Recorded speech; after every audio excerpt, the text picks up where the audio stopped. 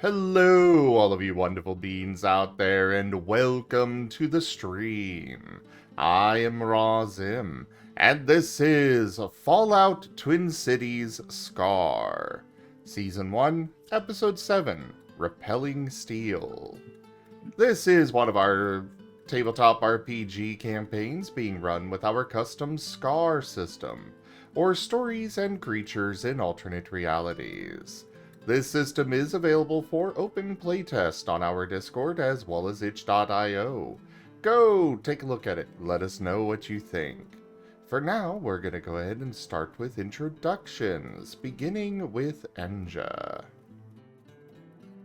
Hello and good day, everyone. I will be your storyteller for this evening, Angeluma Reyes. I play the allies, I play the enemies, and I orchestrate all manner of events that will be following your players today, starting with Dr. Hex. Hello, I'm Telders, and I will be playing one part of a pair of twins. I will be playing Dr. Hex, Dr. Grayson, he is a poison metal type and is a synth. On to the Luecinda. Hello, I am Viv. I am playing Luecinda, the Deathclaw, and specifically a Magician Deathclaw. We do the magic, kind of, sort of. We haven't had much of a chance for that yet, but, we'll get there. Possibly. Maybe when it comes to teaching whoever, the big proto-mommy. She is Astral and Shadow. And, here's hoping she's capable of teaching. On to, I believe, the other doctor. Yes, hello, I'm Drunk Dragoner, and I'm going to be playing the other doctor, Dr. RGB, Dr. Grayson. Also metal poison type, and also synth. And I'll pass it off to our proot. Hi, I'm Fur, and I play as Sprocket, a helpful little scrap protogen who just learned he is a bit of a freak of nature. I am a metal and light type, and I'm going to smash things a rebar today. Or do diplomacy, whichever comes first. On to our ever so wonderful, lippy, and stealthy Snuppy, Venro. Hello everybody, I am Razim, and I am playing as Venro, the Poison Earth-type Night Stalker. Scout of the party, and player is very tired and slow today, so apologies on that front. I got like 4 hours of sleep before my insomnia decided I was waking up about an hour before game time. After doing a 21-hour stream. Yeah. Also, thanks for the sub there, Merle. Pat, pat, pat. Very good boy. But anyways, for the recap, we're going to turn it over to Sprocket, because he found his people. We found my people. Oh my god, yes. Hi. Hi, hello, friends. Hi, friends. Hello. All right. So last session started off with us cleaning up some things. As we were doing our camp, we found a group of folks who had stolen a projector. We cleaned that up, and everything was hunky-dory as we started our morning. There was a bit of discussion about the revelations that Izul had about a person they know, and we decided to discuss that later. As we were walking, we realized we're less than a day away from the factory, and we're relaxed. Nothing seemed to be following us or hunting us, and the path was clear. Bit muddy, though, from the rain previous. While we were there, we were discussing various things about teleportation, this weird institute group, the Brotherhood, who's going to be at the location of the factory, whose territory is under control. It was just a general conversation until we started getting into metaphysics of the soul and how it interacts with different beings and memories and teleportation. Definitely not relevant at all later on during the session. After we finish that conversation, we see a very strange sight. Another Sprocket, though this one colored blue instead of Sprocket's hazy orange coloration. They go, meet up with this fellow protogen fella, name is Bertolt, and he is a scout protogen of a similar make to Sprocket. They discuss things. Bertolt is a bit of the, well, direct and analytical type, and after a bit of back and forth, assisting Bertold with some scrap gathering, and us deciding, hey, we'll help you with a problem you're having, and that problem being the Brotherhood of Steel, who are encroaching upon the factory as we had feared, we are able to, as a group, go and make our way towards the factory using a hidden tunnel that was there. And before we go into the tunnel, we did find a still working phone booth. Well, phone arch, more like it was missing 2 walls. We open it up, have Venro call a number that we know for enemy, the Gunyan, since he has the most mercenarily voice out of all of us. And we negotiate that they will be paid with pre-war money if they send out a group of goons to distract and or rout the Brotherhood of Steel. Thankfully, the protogens, who we have been told there are multiple of, are able to print some pre-war money in the factory. The deal is made, we have a few hours to kill, and then we resume our travel into the factory. We asked some questions, learned that the protogens were kind of things with their own special goals. They're color-coded between blues for scouts, oranges for janitors, reds for security, who are taller, buffer, and slightly more fatherly than the rest of them.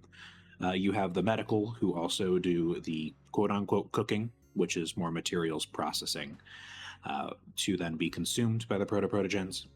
And all in all, they seem to be a very, very well-oiled and tight-knit hive mind of sorts. Make our way through, get greeted, don't get eviscerated, yippee, and are brought to their leader, the factory admin unit, Lavina, who is a building of a feminine protogen, though more synthetic in build. Think like a Mac compared to a PC, visually. They give us some fantastic information about how the protogens work, thank us for our work in getting enemy involved, and give us all some gifts ranging from a knife to scrap to some ammunition to a filtering tool, just generally useful stuff, mostly stabby and or shooty. Sprocket then goes and asks a very important question. Hi, I'm Sprocket. How long am I? How old am I? When am I? And then he is brought to the blue screen of knowledge, and Lavina learns that Sprocket is actually pre-war old and has lost his memory sometime about 25-ish years ago, which is why he's so fresh-faced, despite being clearly older and more clankery than other protogens. And with that, we split off to go get a meal before mounting our defense/negotiations against the Brotherhood of Steel, during which we learned that Sprocket is, in fact, allowed to eat lead. In fact, it is highly recommended since he is an unwilling organ donor who can be harvested for parts if needed. More on that later. We eat our fill, we game the scales so that there's far too much food for all of us. The synths are very happy with their oil intake, and Venro was given an entire Brahmin to consume. Oh, and Izul, unfortunately is not here yet, was instructed to take a bath after his meal due to the concept of the death roll and alligator crocodiles. And we ended up finishing on eating. I like how everybody got extra food except for the synth twins. Luecinda did not, because she was not there. She was My bad. Busy. She was told that she is going to be teaching Lavina magic. My bad, that slipped my mind, yeah. Well, okay. Venro and Sprocket both got, and I believe Izul as well, all got, like... There was one other mistake a little bit. The green ones are the scout units. The blue ones are the green, not caretaker blue. units. Correct. My memory was colorblind. That's a way to describe it. Okay. Also, Jid, thank you for the subscription with the Bezos bucks. You're a very good boy.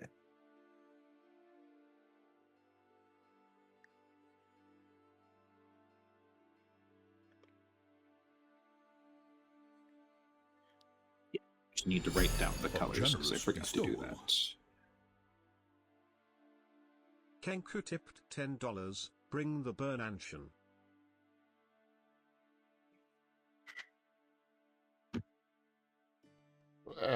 Also, yes, my memory was colorblind is a hell of a statement. Thank you for that tip, Kenku. I appreciate that. Not the That weirdest one, actually. is the first tier of the tip goal completed. Yippee, what's so weird about that statement? My memory was blue-green colorblind for a moment. So I also called the medical ones blue. I didn't even mentalize that.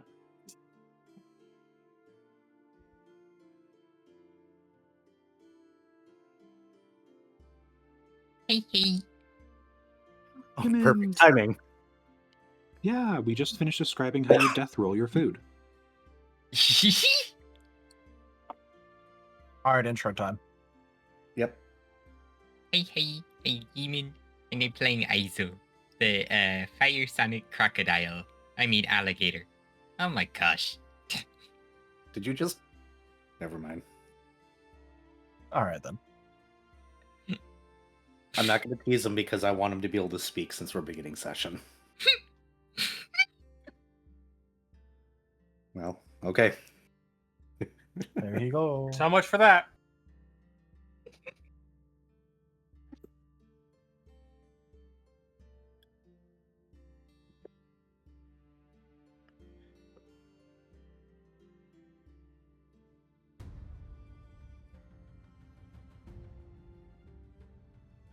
Alrighty, so I suppose it's time to begin then.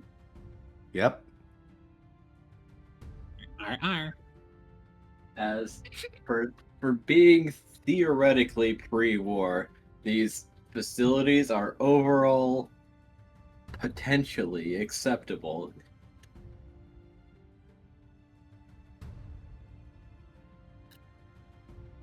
Or peculiar. That or simply just well maintained. Probably well maintained considering the miniature civilization living inside of it. It's true. But hey, the sensors somehow got your preferences decently well. I mean, at least our species preferences. Or somewhat. It was an attempt. Fenro is absolutely So good do you with think- Brahmin, but he's not going to eat a whole Brahmin whole. And he prefers it cooked. I'm pretty sure for you it just did a snake body weight to meal size conversion and went Brahmin. It did mention consuming it whole.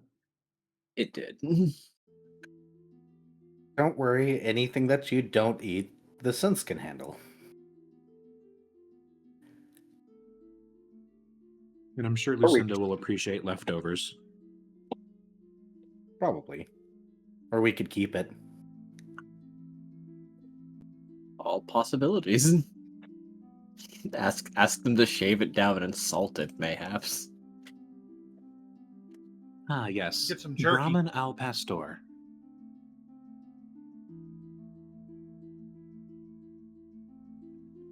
The question is, I guess, are we actually going out in the battlefield while everything's going on, or are we going to stay inside? I need to That's know. for you to decide.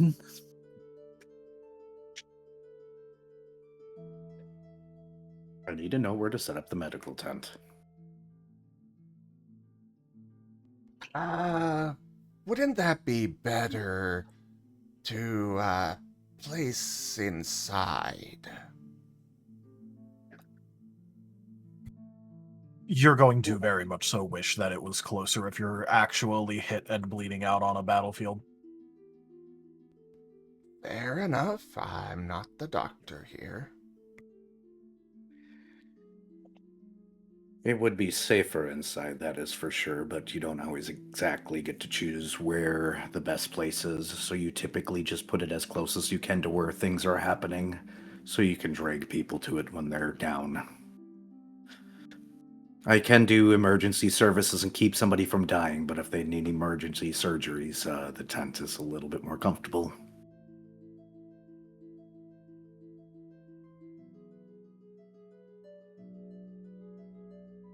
But did you guys intend to go out? That's the question, because we were kind of toying with that radio idea. Obviously, the Brotherhood of Steel is robophobic, so can't really show half of our faces. But with the pincer attack of the Sandmen combined with a convincing radio call, we could get them to back down. That or we help with the pincer attack, though. That does fully expose us to a lot of very nasty laser weapons and fisty things.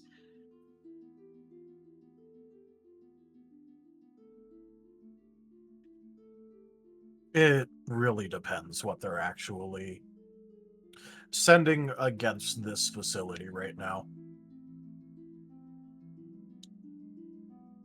If it's a small force, then it probably won't be too bad so long as no one sufficiently powerful is on the other side. At least for a short engagement. On the other hand, it would be much safer to stay in here. I just also don't fancy the chances of sitting back and doing nothing, regardless. I look forward to the ability to possibly save the life of a Brotherhood of Steel member. Nothing makes me smile more than malicious healing. Malicious healing? They don't take kindly to it. They absolutely tend to hate the fact that they were healed by a robotic entity. Oh, good old little bit of Scoot and Fruity. Okay. Especially since usually I tell people to take their weapons and armor. I'm not getting shot.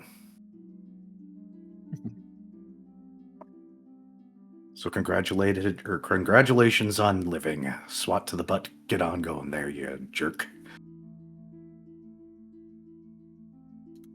And how often do they turn around and try swinging at you again?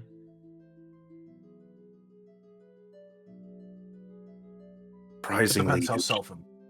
Go ahead. No, you go ahead. They both start talking and then they both simultaneously go ahead.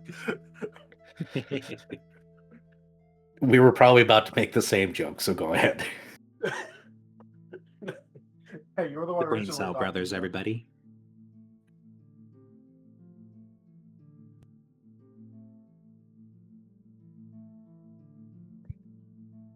It's the curse.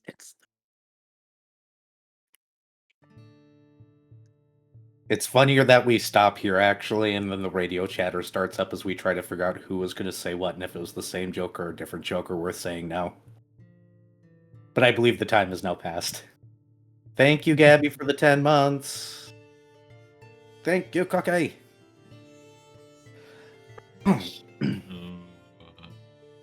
Should I cook the ramen?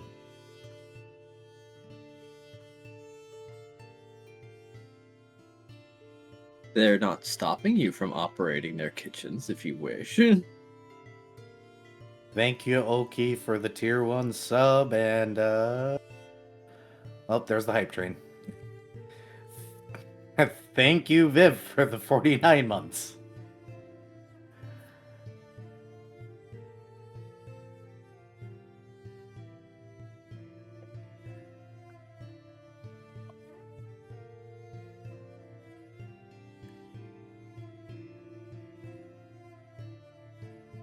I do believe Fenroad would appreciate it. If you did, Izul. Why did that not play sound?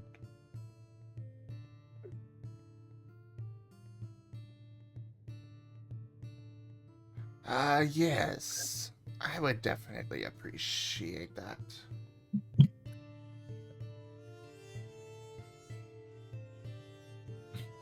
Izul's gonna, Did that type train already?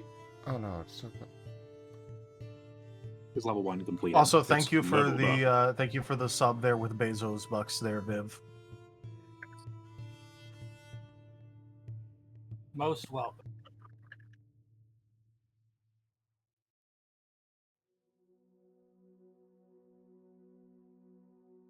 Izul's gonna attempt to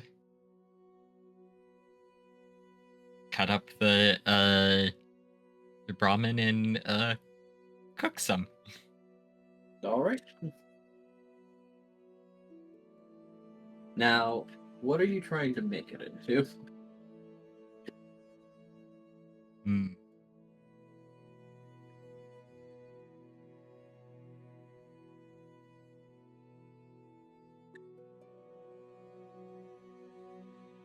So, any particular way you want me to cook this?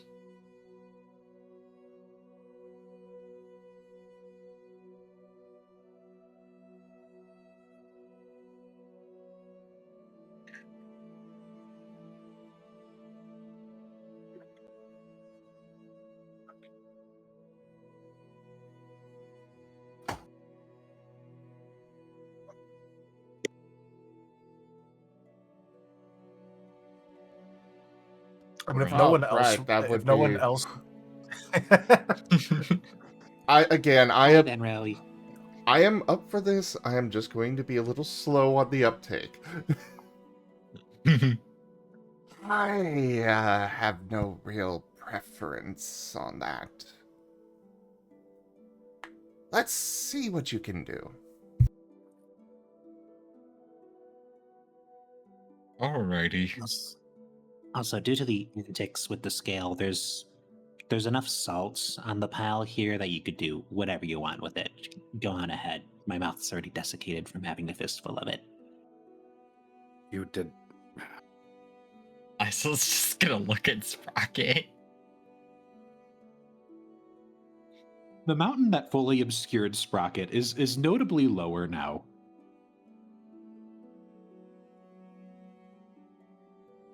Let me guess, there's also no sign of any lead left in the pile. They never gave me any. What are you talking about? Smile.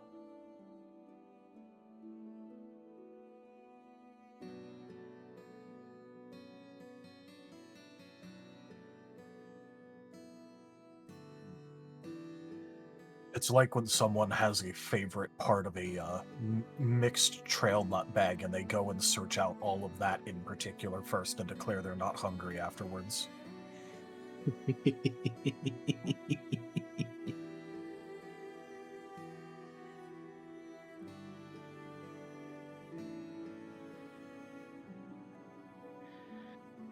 Well, it's up to you, Izul.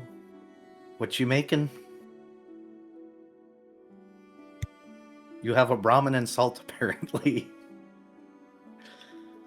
I mean, if you give him half a second of just sitting there considering, Hex will slowly slide over a vial.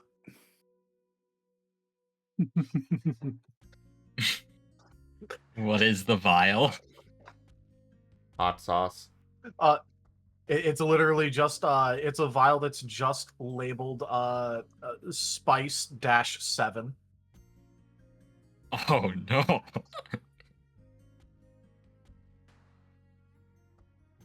RGB's not going to say a word about this. He's just going to let this happen. Use it or don't use it. You have been handed an ingredient. Izul's just gonna look at it.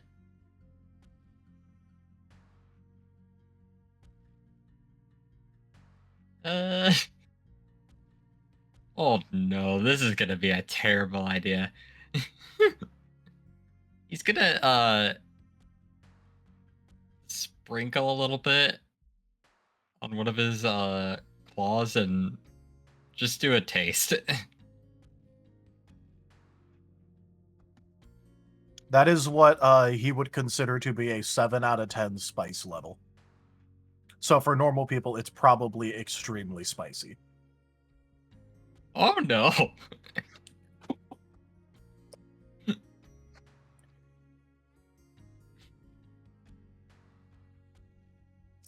So whatever you want to do with that, with Izul's reaction to that, go ahead. You know, I wanna... Let's see see how Roll an well he. integrity check. You can always Yeah. put a vigor integrity check in order to figure out how well he's handling it. Yeah, that's what Treat I it was like an gonna actual do. I was poison. gonna do like a. Oh, this is gonna go great. Oh boy, let's see.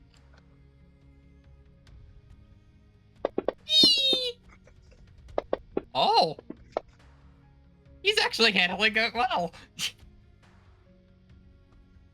Makes sense. The cook's pretty resistant.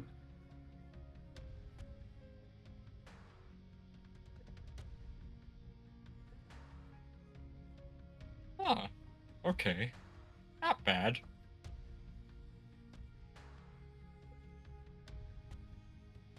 Alright, apparently, salt, meat, and the spice. He's a steak. Yeah, spice dash 7. Gonna Spice make number attempt 7, to make a depending steak. on how you wanna call it. Yeah, go ahead. Icy Brahmin steak. Chile con Brahmin.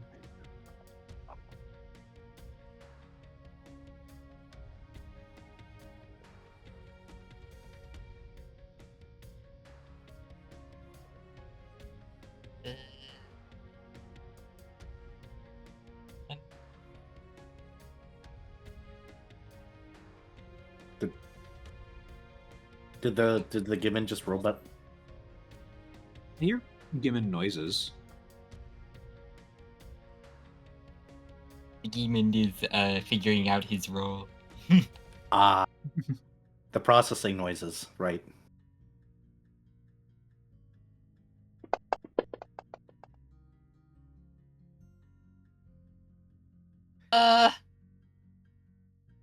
Oh boy. Hmm. I mean, do you want assistance? Yeah. I'll take his distance. All right, cool. Take 3 craft. If you want the teamwork, you may take it. The synth twins will flank you and assist you in your cooking. Spice has enticed them. Yeah, no, I'm sure it won't be distracting for Izul at all to be sandwiched between 2 massive synths. Yep. So yeah, that'll be a total of 4 more dice from the twins. Yeah, and you got 3 out of it.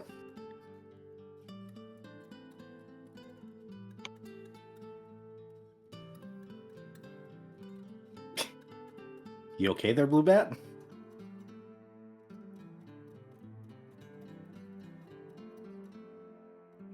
I think a lot of people got splash damage from the cooking channel feature, a gator stuck between 2 synths.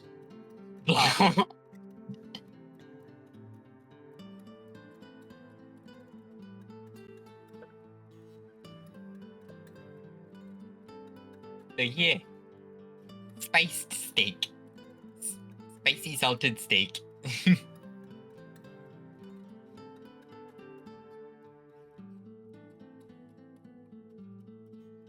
And he's gonna serve it to the Venro. Alright, I'm gonna roll up a new character sheet.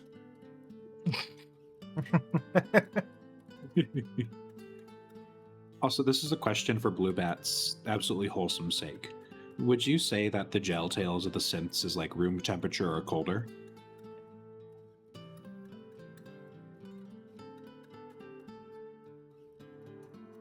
I'm afraid where you're going with this. Yeah, like I want to know where you're going with that. Oh, just whether or not like being like touching the synth tails would be a cooling effect or a warming effect. It'd be the same external temperature as the rest of their body, so probably like, Okay. you know, you're gonna feel like you're touching metal. So it sort of depends about the rest of the like ambient temperature. Okay, it's just Blue Bat said they need to hide in the freezer, so I wanted to see if just being near the gel sacks would be enough to cool someone down, but no, you are moderately warm.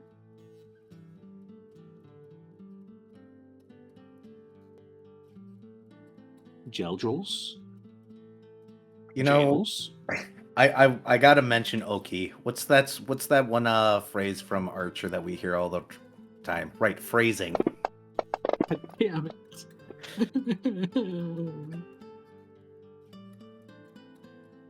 Well, I'll leave it up to Enge on whether that's enough for Venro to eat this and enjoy, survive, and or die.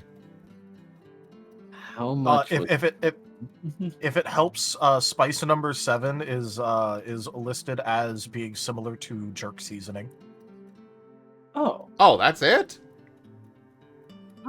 Yeah, No, not like the commercially available stuff here, like actual jerk seasoning. That's it? Yeah. no, You do know that like the better higher end jerk seasoning is like like 300,000 Scoville. It's like multiple times hotter than jalapenos. Yeah, like that's about where my mind's placed it. Also, a ton Like of not warming the spice in it, commercially too. available stuff here, like the actual traditional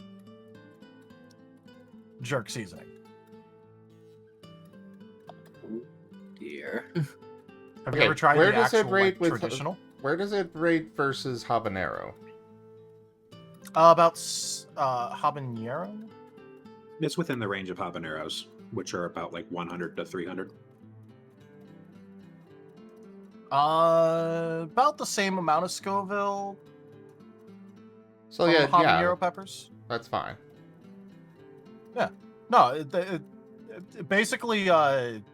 So when it comes to Hex's spice ratings, it's more like decibels than it is just a linear scale.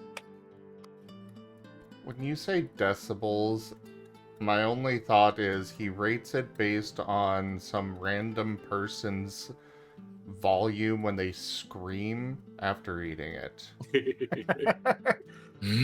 No, but I will say in case there's people a don't flaw know in how that that scale. works, for decibel scales, like, you know, something being 70 decibels is like 10 times louder than something being 60 decibels.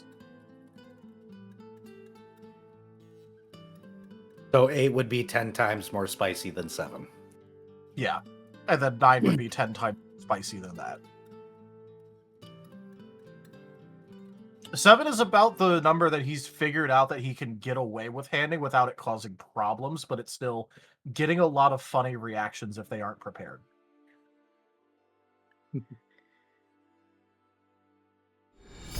Truly, this is the dankest dungeon.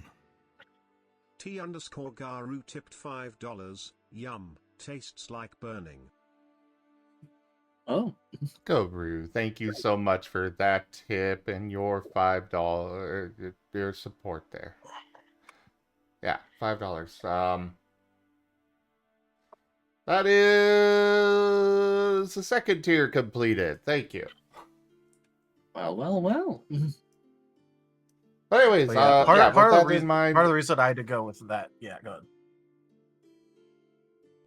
so with that in mind, what do you say there, Enja? Let it pass. I think that's sufficient. Your mouth is hot, but you're fine. Ah, this is actually really good. Thank you. I keep telling people that spicy stuff needs to be more common. And then I give it to them, and Truly, usually they this make is faces, which are the sufficiently dankest funny, so I dungeon. count it. Fox Fiendaji tipped $5.27. Imagine you can't taste spicy. What does the spice taste like? Whatever's behind the Thank spicy. you for the tip, Fox Fiend.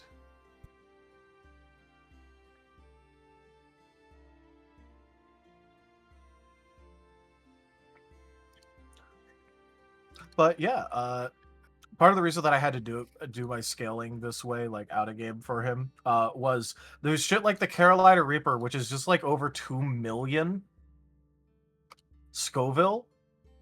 So I'm just like, instead of going by actual Scoville, I'm just gonna do the decibel times 10 per rating. Clever way of visualizing it. I like it.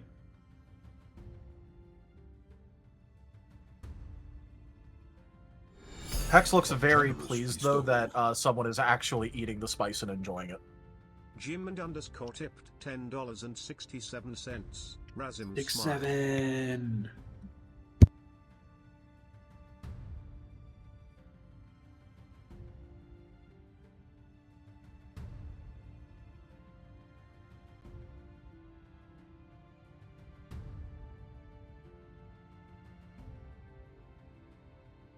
Anyways, thank you for coming to my TED Talk about why using a decibel scale for spice is better than the other ways of doing it.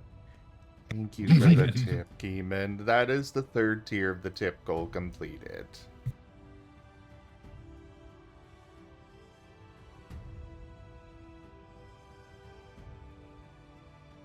Sprocket's going to look over at the steaks and be like, so, mind if I give it a taste? Gesture.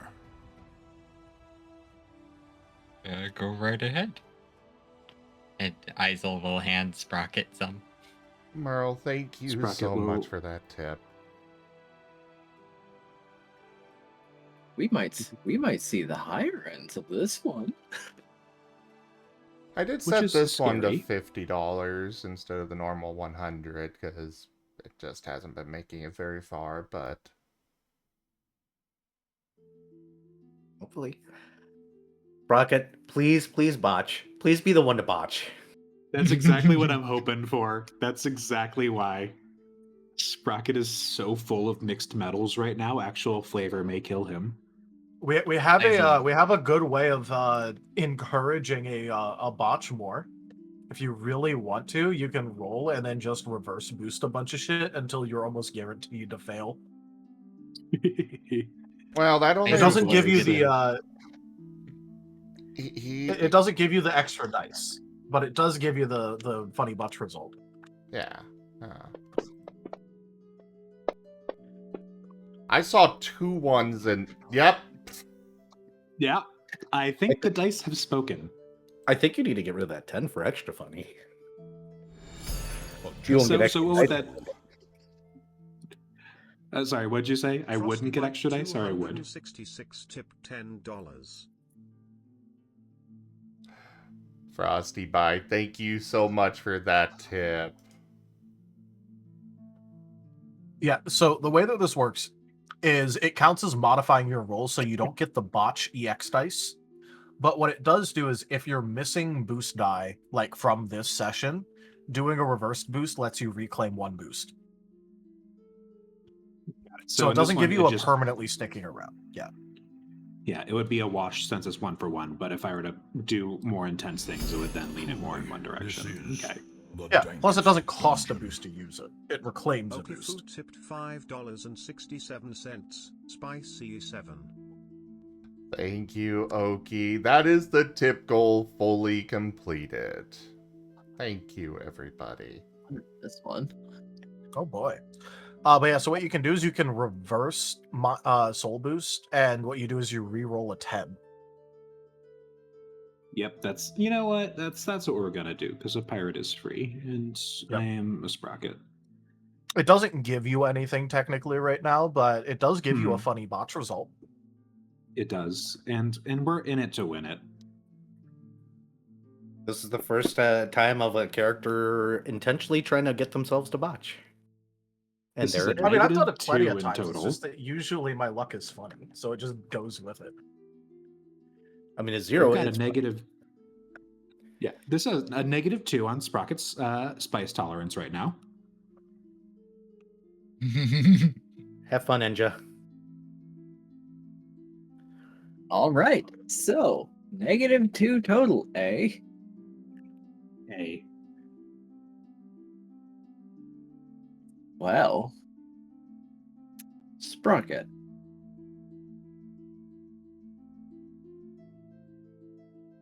You've eaten a lot of things in your lifetime. A lot of things that you do remember. However, you're taken back. And you're not sure that you recall this memory. But you're somewhere else. And you look up as you see a star above you explode, and the ground starts to shake and rock under your feet. Oh, you need to go.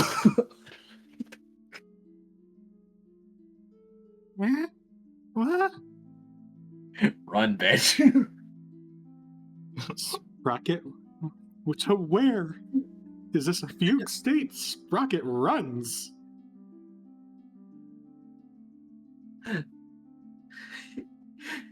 You run as fast as you possibly can. You are not paying attention to where you go, but after a point, a wall of plasma comes up behind you, and you find yourself back in reality upon the floor, feeling your entire body burning for some reason. Oh my god. It burns, it burns, it burns. You see, that's what I usually get, and it's very funny. My skin. Oh, that's new. I see. Everything's dark. Wait, I think I can see again. Where am I? Factory. Not on an exploding sun. Okay. Oh, that's new. A full-on hallucination event from Spice. We usually don't get people screaming about their skin until they inevitably forget to wash their hands before touching their eye. Usually that part, yes. I'm not sure Okay. that would be Sprocket. Yeah, but, washing the hands is a good suggestion, even if my eyes can't burn. Oh. That was Izul's tasty. Well, I could Izul's taste just- it. Izul's just looking between Venro and Sprocket's reaction. Benro is just going to shrug. You see, Venro's from the south, where spice is more common. Sprocket is obviously from the north. Honestly, with that kind of reaction, Sprocket's from Britain. I was about to say. And then Izul's looking towards Luecinda. Lucinda's not You there. want some? Oh, she isn't? Okay. No, she got told to stay behind. By Yeah, she hasn't Lavina. came back yet. Ah. Izul's gonna save some for Luecinda then.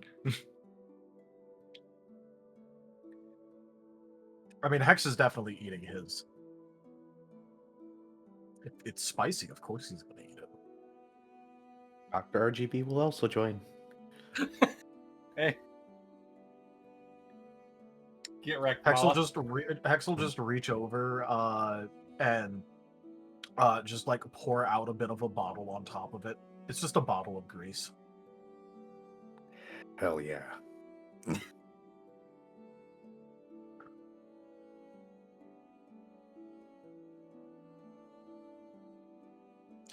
He's tore apart a couple machines today already.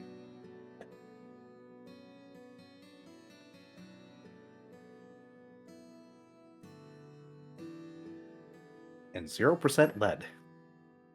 Yes, no lead whatsoever.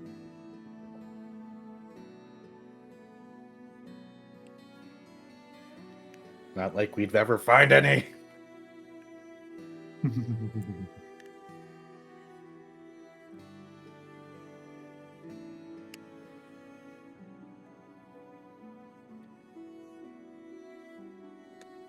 Rock is just gonna lay on the ground until it's time for everybody to finish eating and get up. There will the be cat a face sprocket-shaped taken sweat away. stain on the ground. So Sprocket, is this a sign that you want to try number 8 next time? Yes, absolutely. All right, noted.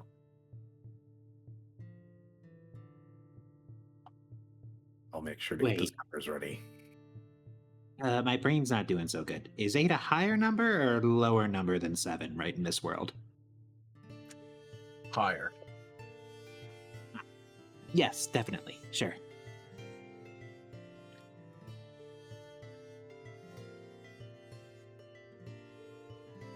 What did you say, Inja, by the way? Let the capsaicins take you away to Magic Land. I didn't know we were encouraging people to, Never mind.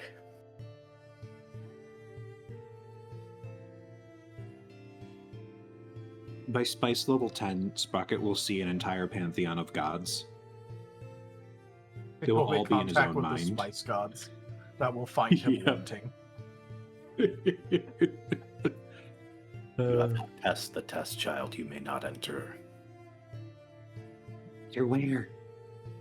Instead of Nirvana, it's Spicevana. You're unworthy to enter Spicevana as you are.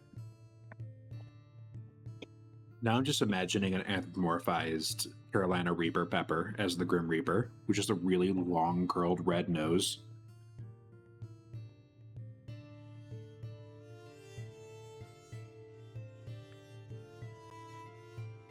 So about that fight that we're in for. Yeah, I know, right? Now he's ready for the suffering. Yeah, adrenaline primed, ready to go.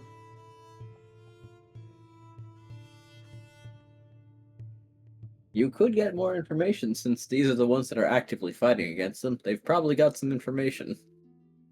They probably do.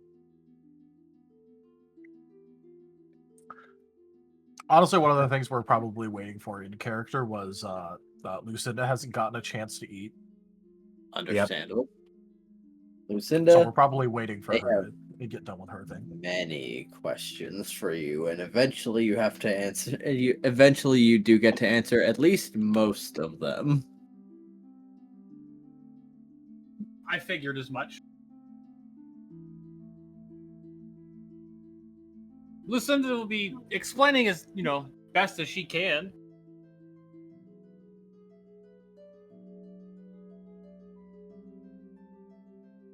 But, yeah, at the very least, she can, if Lavina is capable of magic herself, she can, attempt to teach a word or two.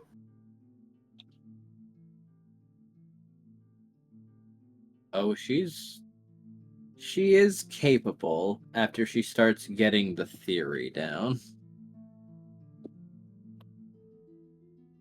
And she does seem to be considering spreading these teachings.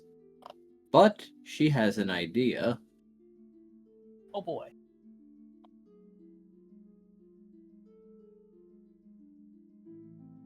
As she's going to ask you how you learned.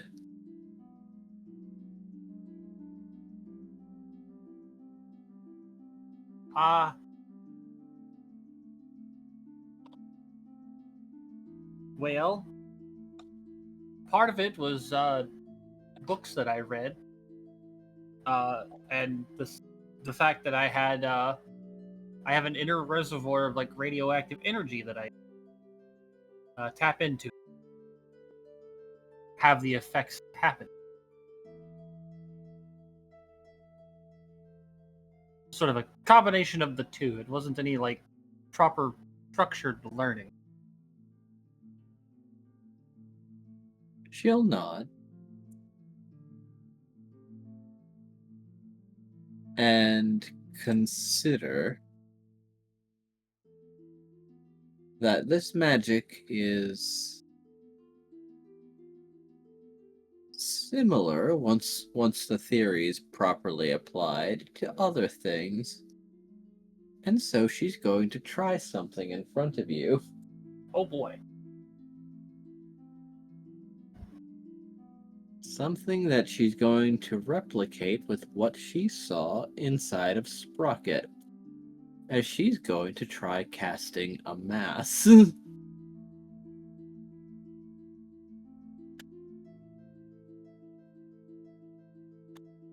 Lucinda, Yes.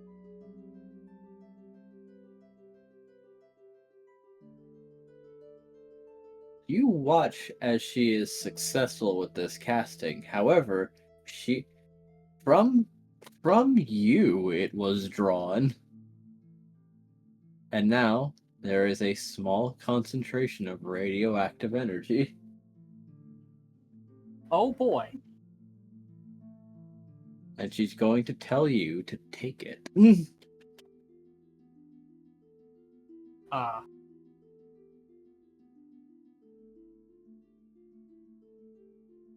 Take it is like, as in like absorb it or use it for something?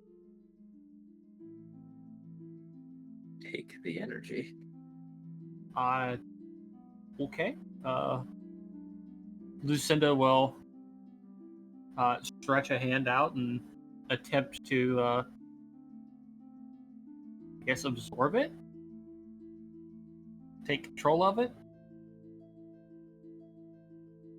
Air what am I- quotes.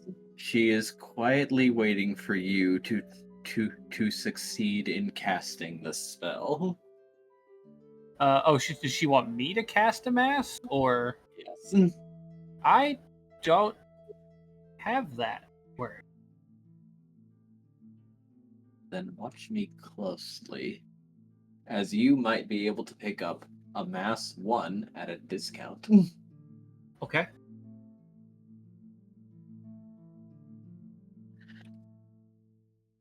It will be 5 EXP off. Okay. If it's 5 EXP off, I think I can legitimately afford that right now. At least at tier 1. Yep. Okay. I have exactly 8 XP and it would be 13, but there's a discount. Cool.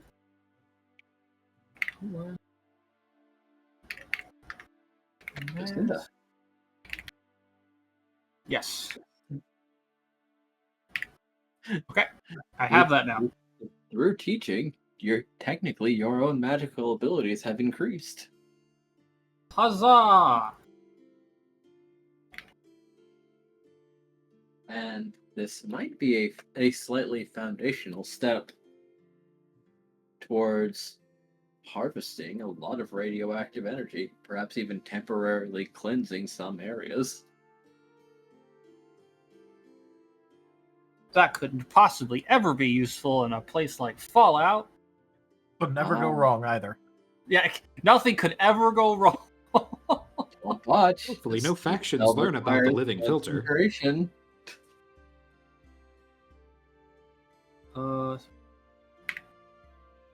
So I may have only maximum of. Okay, so I guess I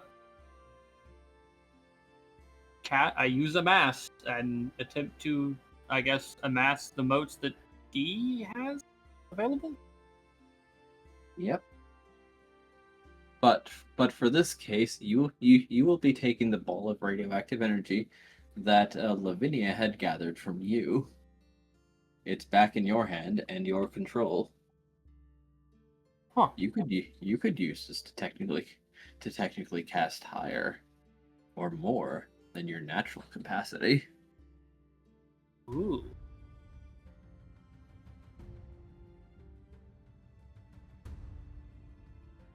How many motes did she take?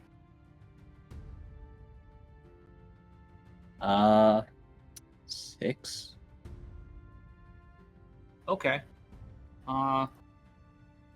Which means that gives me 15 that I can use.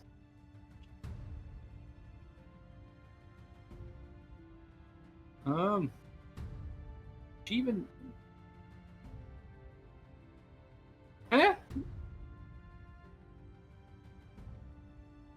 Unfortunately, my power cap is not that big. But we can, I guess, create mundane something for a little while. Because nothing else really does anything here. You will be released, as she's going to be thinking about this for a while, but perhaps you can trade notes with when you meet again. That would be excellent.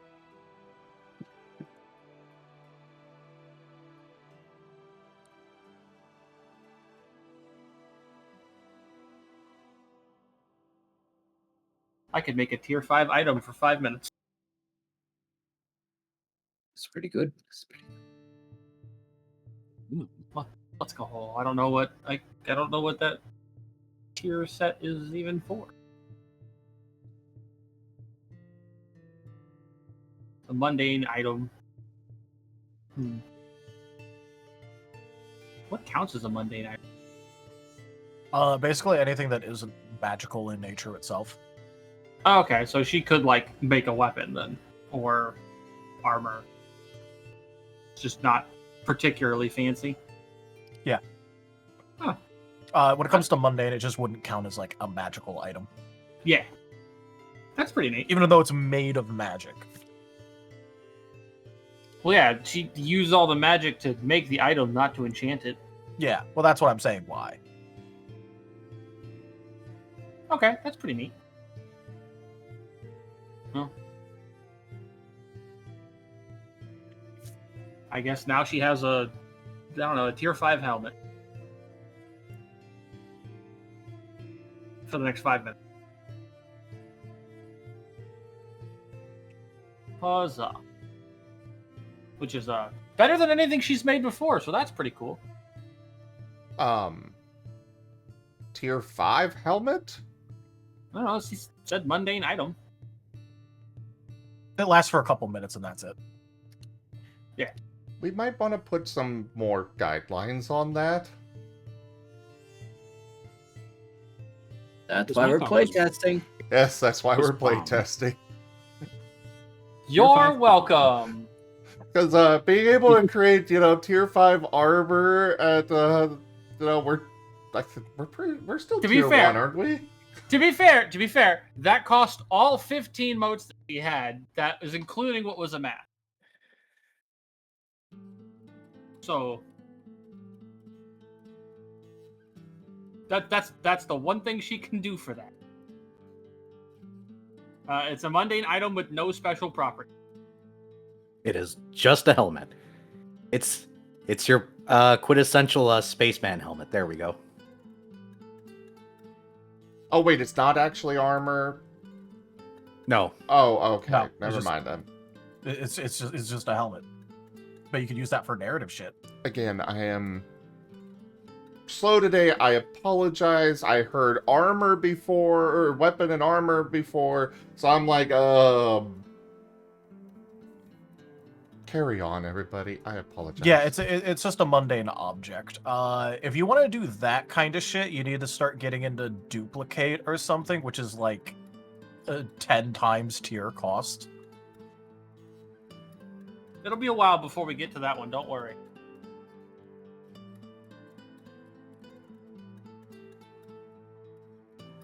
Cool. She makes a fancy spaceman helmet.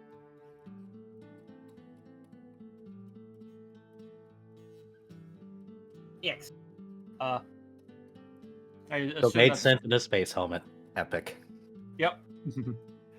I assume that is all Lavina needed from her for now. Yep. Whoa. It's time for you to go eat. Hell yeah, we love it. So now she's going to do we have Luecinda do the funny If the you funny want. scanner? Why wouldn't you? If you want, it's right Yeah, there. We sure, definitely let's tell do you it. about it. She's gonna go see what the scanner says about her.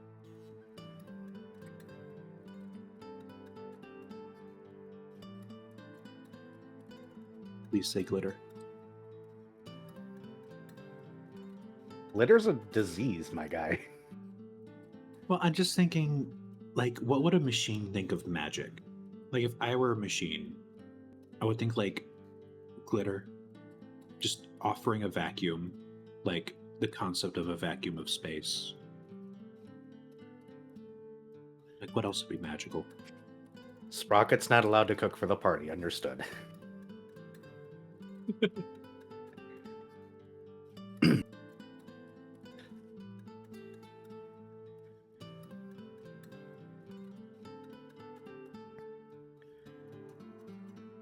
Imagine that.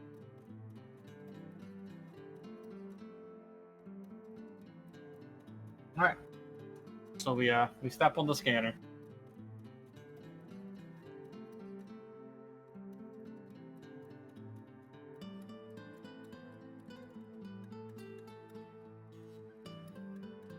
Provided, it's not down for maintenance after what the others did with it.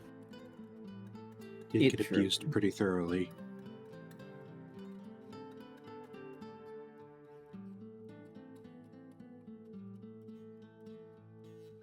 I wonder how confused it'll be with Deathclaw. Ooh. Well, you place your hand upon it.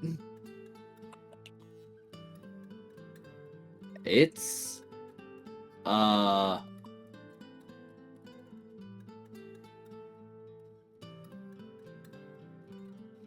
it's trying. It does seem to be recommending like meat. But then it recommends corpses, and then starts specifically recommending the Brotherhood of Steel.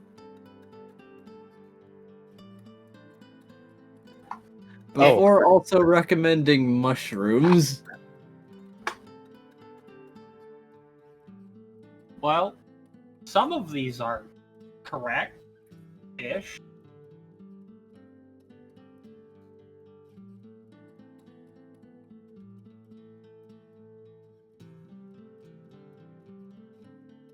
And then it recommends Deathclaw?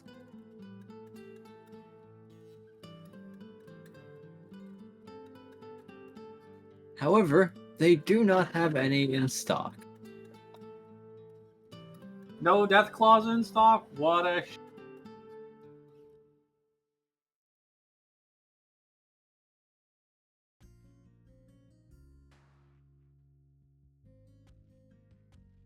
It's a good thing these aren't kobolds, because I could imagine them filtering out, grabbing your tail, and offering it up to you and walking away.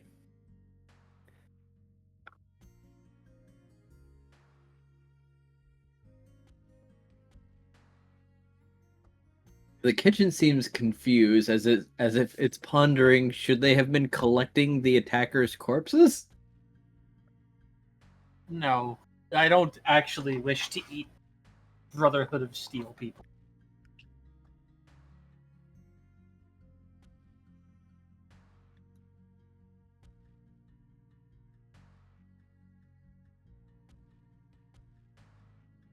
You gotta get them out of the tin can first. Not that I'm saying to eat people, but...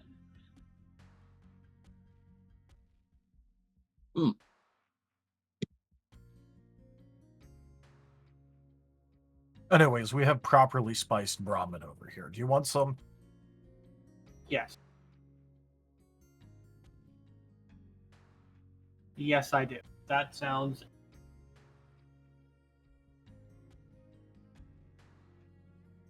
Less problematic. Less morally gray. Yeah. I just happen to enjoy Brahmin. Who doesn't?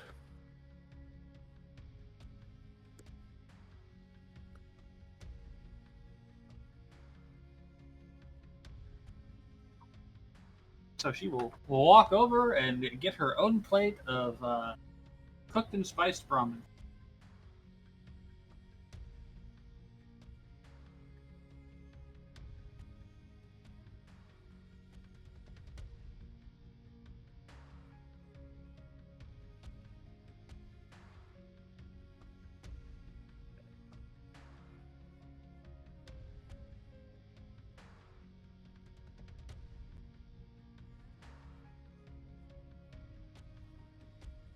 And Izul will hand Luecinda some of the spiced ramen, spice salted ramen steak when she returns to the area. Excellent.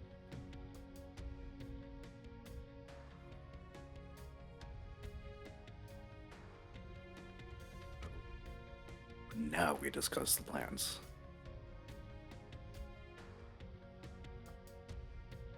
Maybe.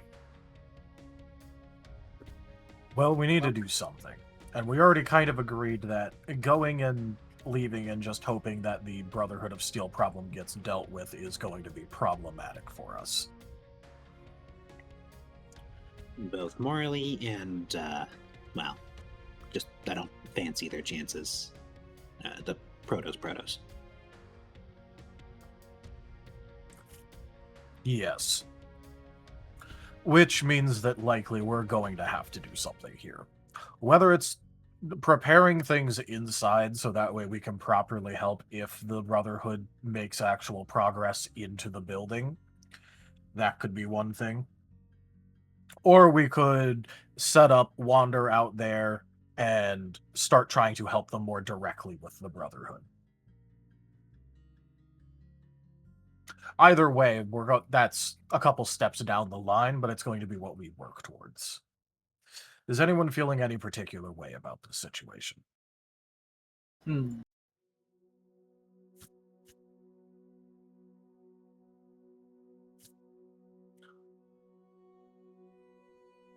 Sprocket's hand shoots up from the ground. You see it above the edge of the table.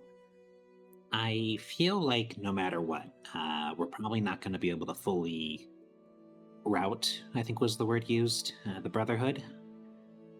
So whatever we should do should be enough to spook them, and then we kind of talk them down, dissuade them, I don't know, make them look really juicy for enemy. Wasn't the contract for them to be chased off, though? We cheaped out for the pincer attack plan. Well, yes, but it was still at the base for them to be routed. We just have to help.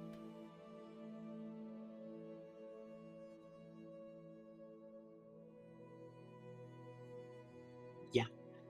We're figuring out what that quote-unquote help will be. I just fear a head-on assault. I don't know about you, but power armor is kind of a scary concept. It is tough to deal with.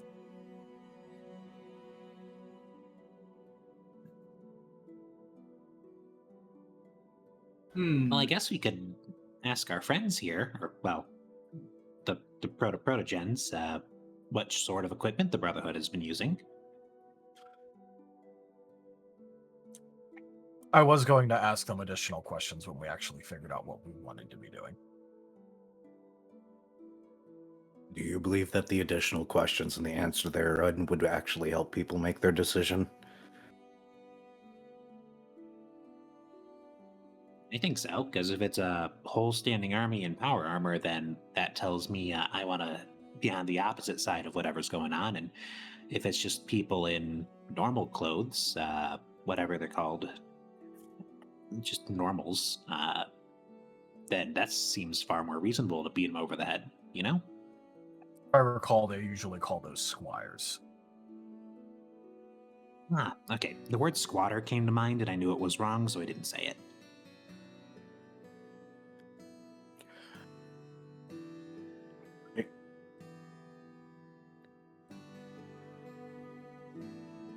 You're nicer than I am, Hex.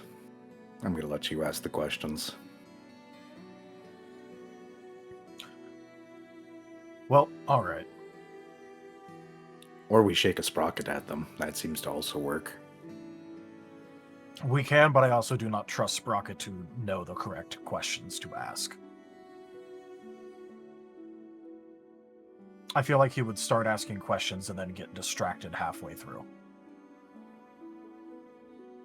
I feel like that is a rude yet moderately accurate assessment of my capabilities.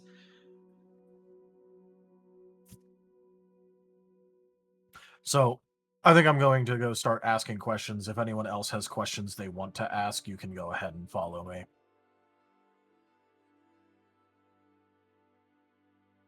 Rocket will hoist himself up on heat-assaulted knees and wobble his way behind the doctor. Cool. Anyone else feel like following behind? Oh, yeah, sure. Just in case the questions that I have an idea. Just All imagine right. the Well, steak is hanging from Lucinda's mouth. Fenrir's been just know. chowing down on several of these steaks.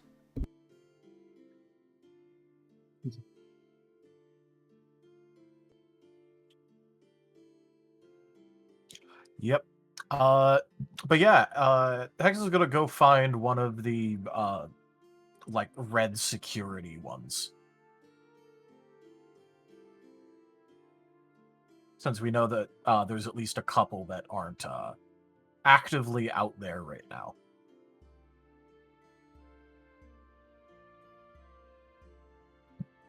Ah, he's asking one of them. Well, he's gonna go find one to ask them questions. Ah, yes. Because you figured that if any of them are going to know better about what the current status of everything is in fighting off the Brotherhood and what they're bringing to bear, it would probably be one of the red ones. It's true. That, and he can ask them if there's one that does specific tactical things that he might be better off asking and coordinating with.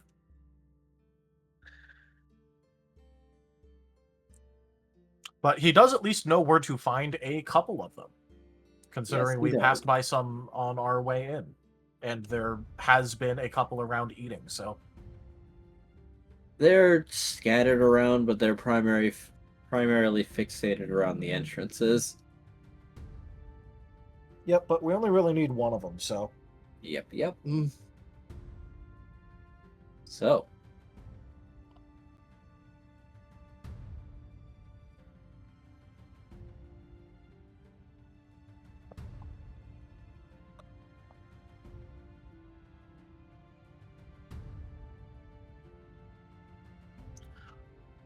yep, he's gonna go walk up to one of the red ones. This is one of the ones just standing around eating. What's he finding here?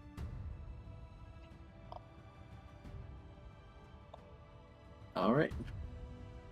You can locate one easily enough, and it will stand to slightly more attention as you approach Ally Hex and company. Hello. Do you have a designation that you would prefer us using? I have no strong preference, but I do have a designation.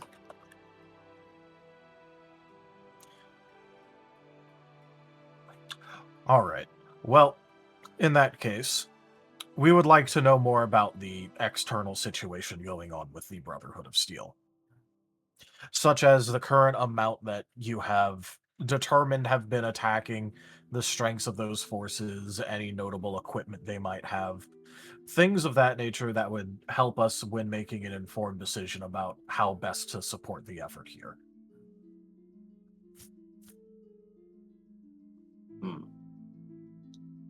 We do have most of their designations. We can give you an exact number of their composition. That would be helpful then. However, one of them has identified themselves as a paladin. That is problematic, but you did say it was only one of them. Correct. They are also accompanied by a senior scribe and a small contingent of knights. They are also accompanied by what seem to be scribes and technical staff and lancers. Did they not bother bringing any squires?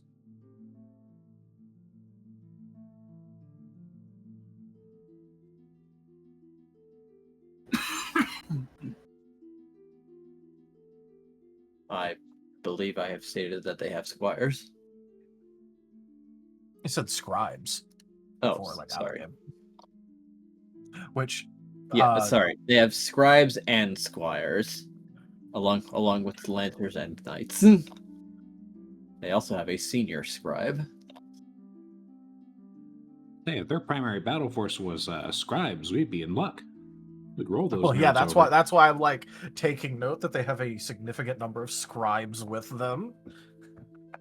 Just throw a book at them; they'll be distracted.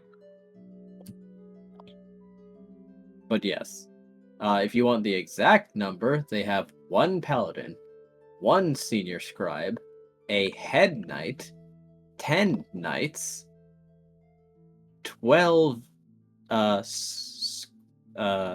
squires, 4 lancers, 6 scribes, 2 combat medics, and 3 members of what they're identifying as some form of logistics crew.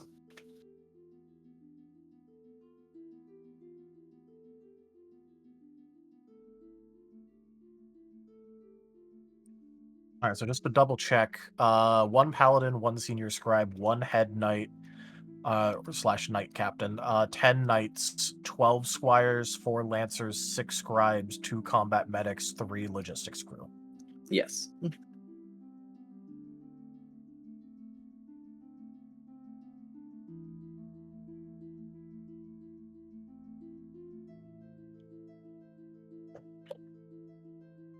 Also, I just got slightly distracted because World Cup USA goal. Let's go.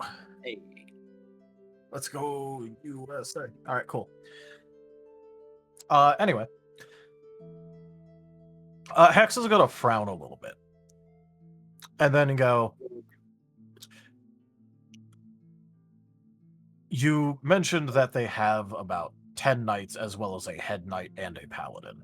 I'm going to assume and double check with you. These are all equipped with their signature power armor, correct? Not all of them. As our engagements have been going on, we have been inflicting damage upon them. Some suits of power armor have been rendered non-functional and non-repairable. All right, how many suits of power armor still remain? Including the ones held by the head knight and paladin, 8. So the head knight and paladin still has their power armor, and 6 of the 10 knights do. Correct.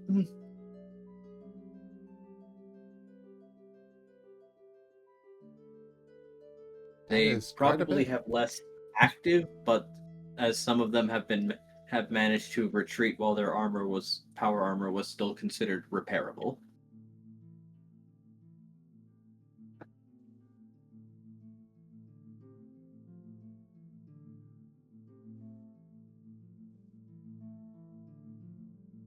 All right.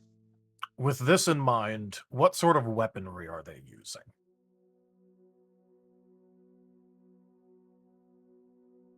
Have they used? Yes, what sort of weaponry are they using?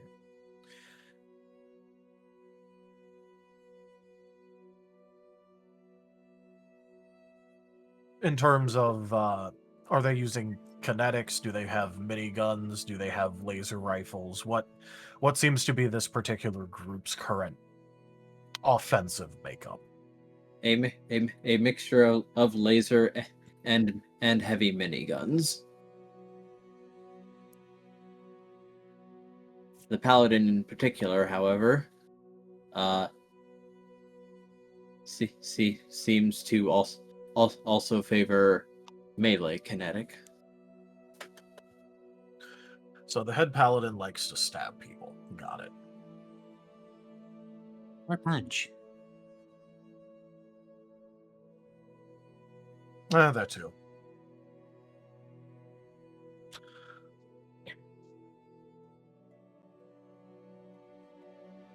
All right.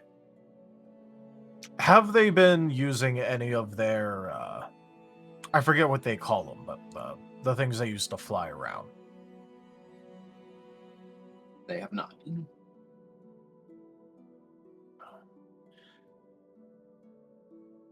All right, well, at least they don't feel like risking them if they do have them. No government nerds.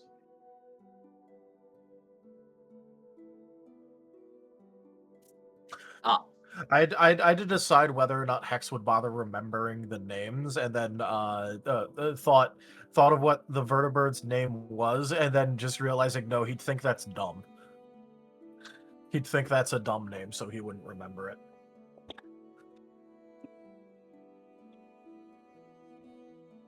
No shot.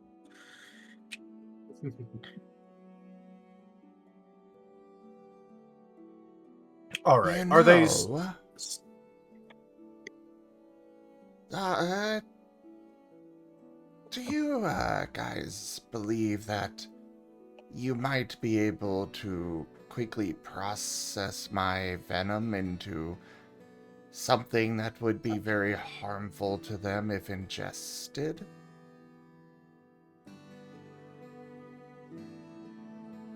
Yes.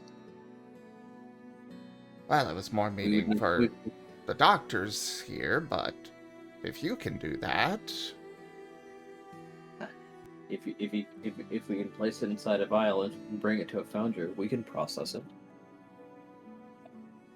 I could potentially sneak into their camp and, deliver it into their water supply. We should probably mention, however, that their initial force was much larger. We have given you the remaining forces outside. That is understandable. Those are the only forces that we currently have to worry about. Seem to be the elite ones. Benro shrugs. It was an idea to at least weaken them more. It would work. I'm not sure if it would work in time for the pincer attack, though. Yeah, we're down a few hours at this point. Though, with the pincer attack, they said there'd be a sandstorm. Do you think between Hex and I, we'd be able to sabotage some of the power armor in the scuffle? Disabled power armor is as good as useless. Big metal coffin, you know? I don't think you realize how many backup systems those things have. I wasn't thinking in a hacking sense. I was thinking more in a, jam up the joints kind of sense. Cover the mask, those sorts of things. All right, but I will remind you that those things are... It's called power armor for a reason, and not just because it's powered.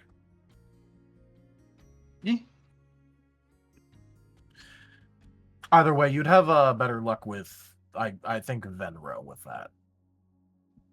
He could at least potentially get close to them without just getting shot up.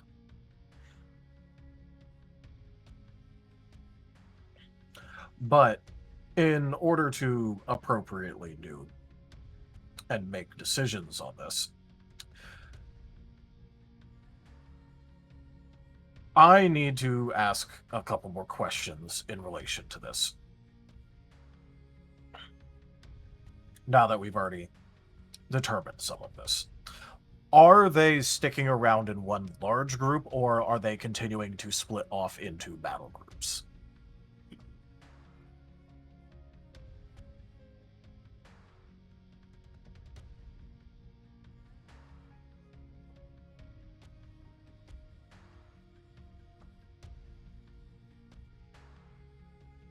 I should inform you of one thing.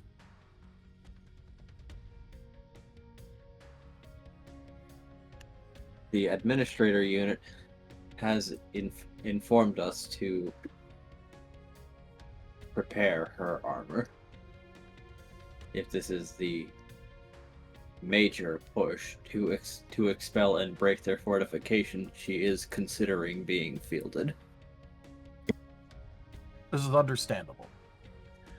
But I do need to ask still.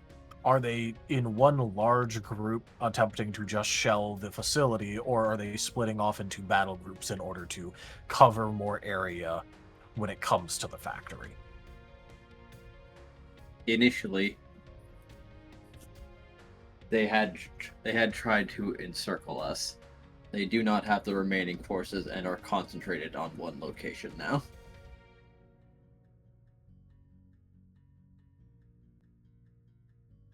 Okay, so they are all grouped up currently. This is correct. Occasionally, one of our scouts engages one of theirs trying to resupply them. They have been given permission to engage. They have lost no small number of scribes in this fashion.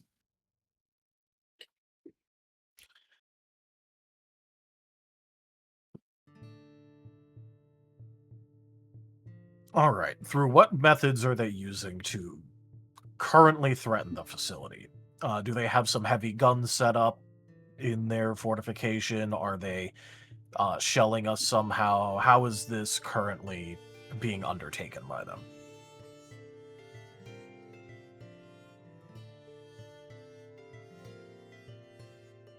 They have brought a large vehicle with them that has the capability of quite frankly tunneling through the walls.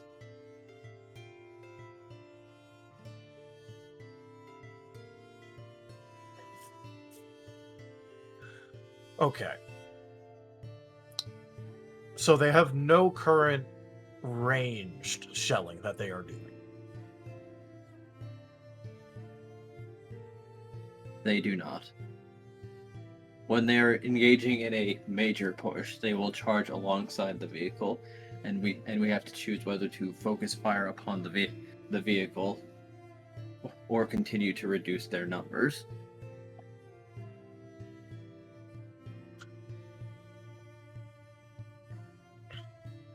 Have you noticed any sort of...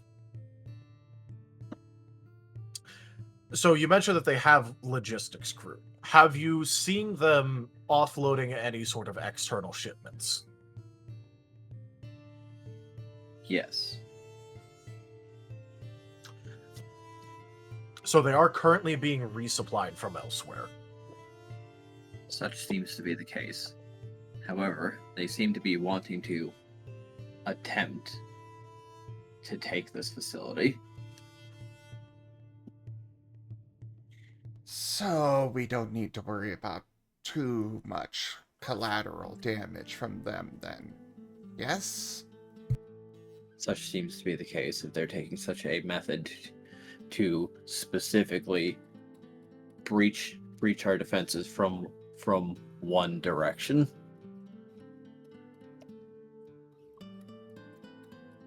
It is not unlikely that they want our functional foundries. All right. Thanks. Next question. You said one of them identified themselves as a paladin. Did this paladin give a name? They did.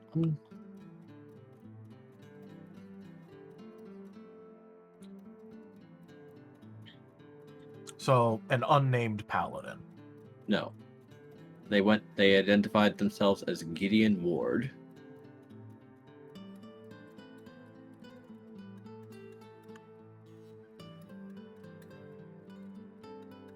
All right, cool. Just to check, is this a name that Hex would recognize?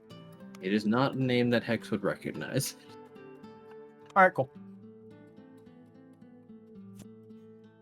If it's not a name he recognizes at all, then he won't have anything to do with that. He just wanted to check to see if the paladin was named and if potentially he recognized them. Fair enough. This paladin is a proud paladin. Yeah, aren't they all? I was about to say. That's true. That describes all of them. It's a requirement for the role. Fanatical zeal and all that.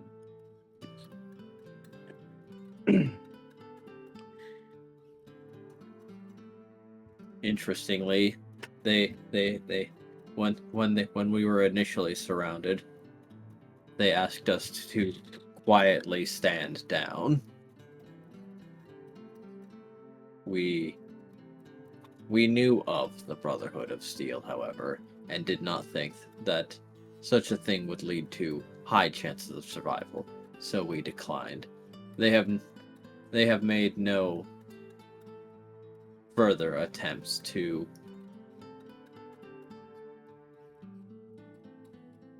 engage in a air quotes peaceful resolution. I believe he is out for blood now. That sounds about correct. Are the combat medics wearing any sort of identifiable marking, or have you determined them based on their actions? We determine them based on their actions. They are usually standing at most behind 1 or 2 paladins at all times.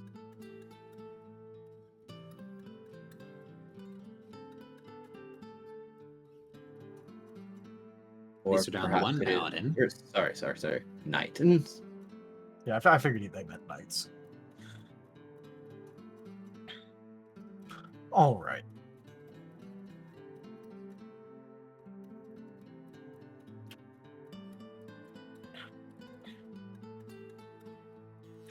So, with that in mind, in total, we have one paladin named Gideon Ward who has a melee preference. There is a senior scribe who is here for reasons currently not related to the actual fighting. There is one head knight. There is a total of 10 knights, only 6 of which that still have their power armor. 12 squires to back them up. 4 lancers, which are seeing questionable use considering that they are not using any of the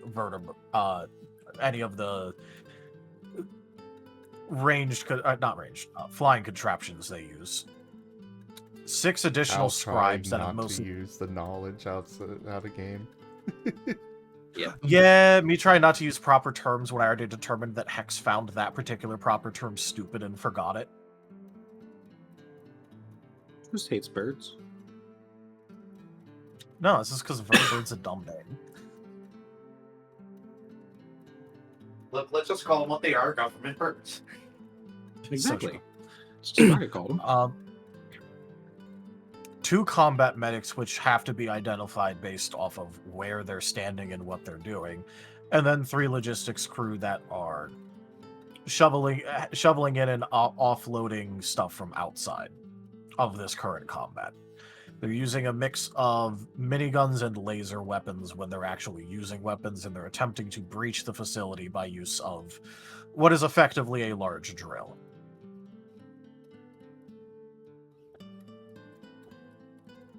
Is that an accurate summation of the current status? Yes. All right. In that case, I believe that I will go and confer with my fellows more about which role we're going to take in all of this. Oh, I actually have one question before we go. This vehicle, is it a wheelie one? Does it have treads? Have you guys tried, like, trapping it or digging a hole for it to fall into? We have made attempts. It has treads. Got it. Well, that plan's off the list.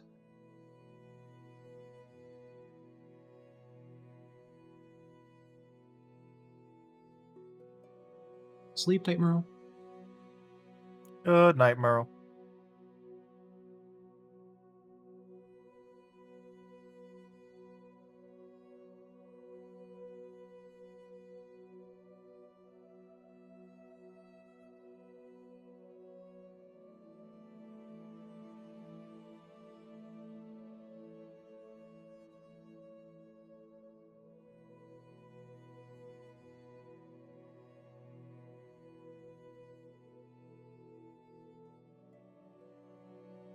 Okay, out of character, that's a lot of information, and it's a lot of them. Yeah, that's a huge fucking force. We do have help coming, and have we actually asked how many of them we have on our side here? The security people. You've never asked for their numbers. Yeah. Correct. But that's also because, well, you know, we weren't exactly ever planning on just, like, standing on the front line next to them in particular, from what I knew, so I never asked about it. If you want to, though, you could ask them. Yeah. So how many of you are there left? Like your forces that are combat capable. Ah, combat capable. We have a remainder of 46 combat units and no. Let me check my notes.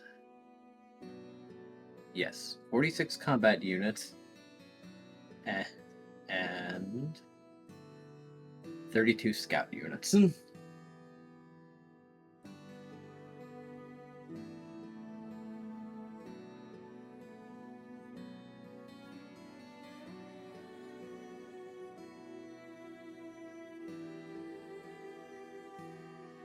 Numerically, we would likely be able to overwhelm them with force, but it would incur losses. We are trying to keep those at a minimum. So our current tactic is to keep being on the defensive. It keeps our losses at a minimum, as we've only lost 4 since this engagement has begun.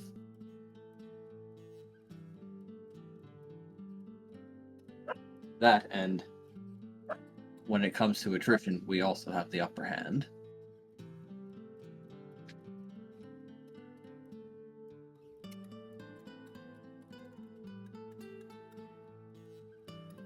A long, drawn-out fight means that they could get reinforcements at any time, which is tilting things in their favor if that were to happen.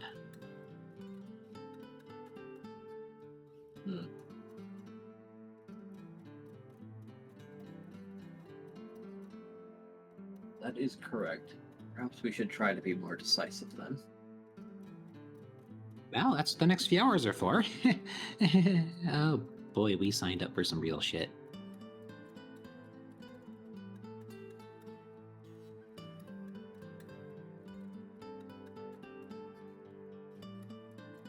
Oopsie, I signed up for war.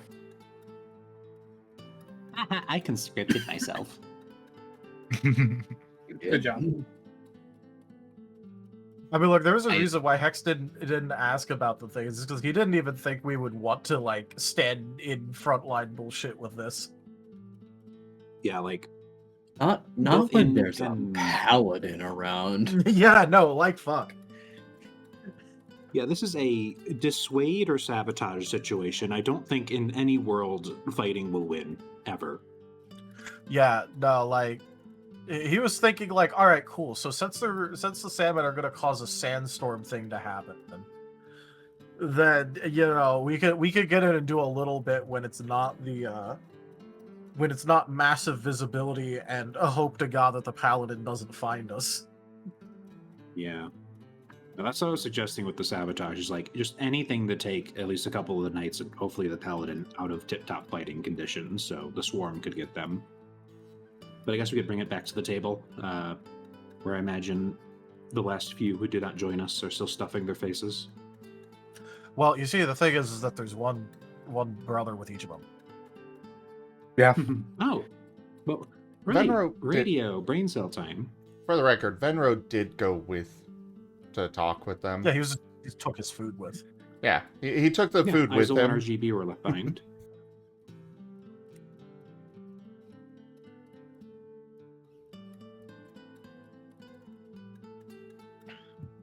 But yeah, nah. What are we like out of game? What are we feeling here? Well, this is sticky. The best out of character, the best option we have if we want to engage at all is to join in the Sandmen's surprise hit and then pull away when they start to. Just do as much damage as possible and then go. Yeah, basically. Yeah. Which It's just what we isn't- do during that chaos is what's important. Yeah. Yeah, and I guess we could see if they want to like also join in as a third pincer for that, the protogens, because that at the very least would likely get the paladin's attention. Yeah, I believe the big lady up top there was tempted to show up herself, so they Yeah. seem to already be mobilizing. Yeah, I think she counts as our vehicle, so it'll be vehicle versus vehicle, and then the swarm versus the knights. She is likely an upper lethality class, so true. I was thinking in sheer mass. She is like building sized. So the synth twins and her go on to take on the vehicle, and the rest of y'all have fun with the army. It's All not right, time like to suplex the ghost train. it's not like Luecinda has made the lady any less dangerous. True. Thanks, Sabin.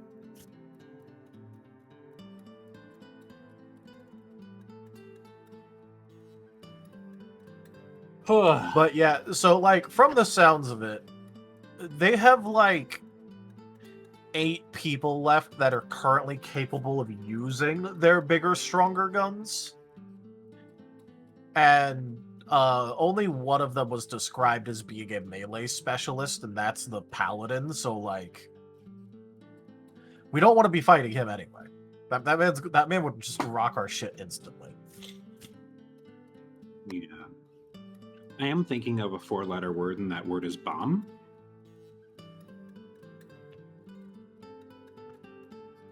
Set up something explosive during the chaos, set it off as it finishes, and hopefully that'll reduce them down enough that our wave of people will be able to take them out.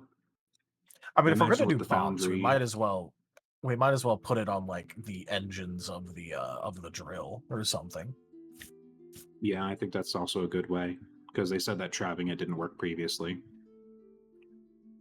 Because Sprocket, with his ferocious but fragile specialty, would probably be able to make some pretty nasty shrapnel bombs, or just anything to really disable things.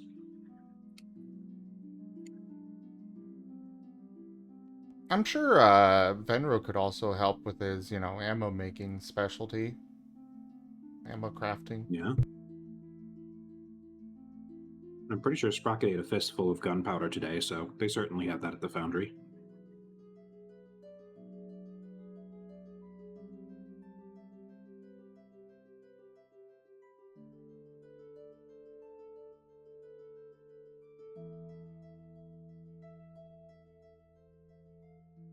Because that's an important question since we haven't seen it, though it's very fair if this wants to get closer to just, does Luecinda offer any specific magical abilities that might help with this fray, as we're discussing over the radio?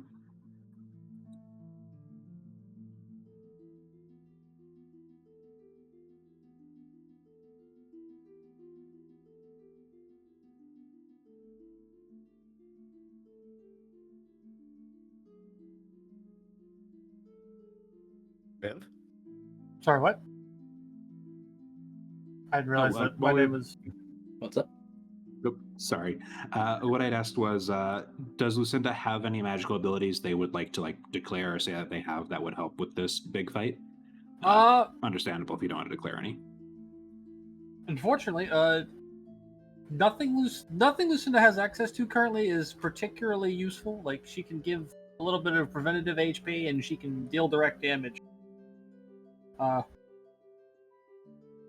Yeah, she's kind of an early game magic user. Like, So I great can. when the fight breaks out. Yep, I mean, I can do some knockback, and I can hit people with basic type damage and necrotic damage. Okay.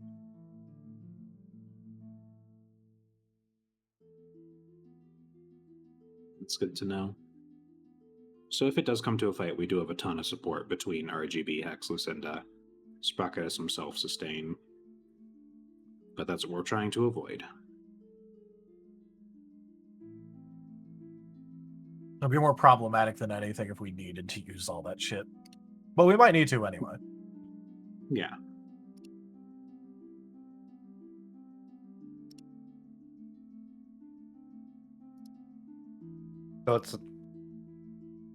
So it sounds like the plan is to pull a zigzag,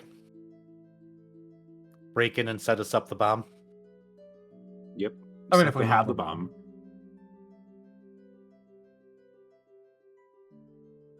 If we have a bomb. We could probably ask for one, provided any of us knows how to use bombs. While Sprocket does not have a dedicated bomb mastery, he has made things go boom many times and knows what makes boom happen more often than not.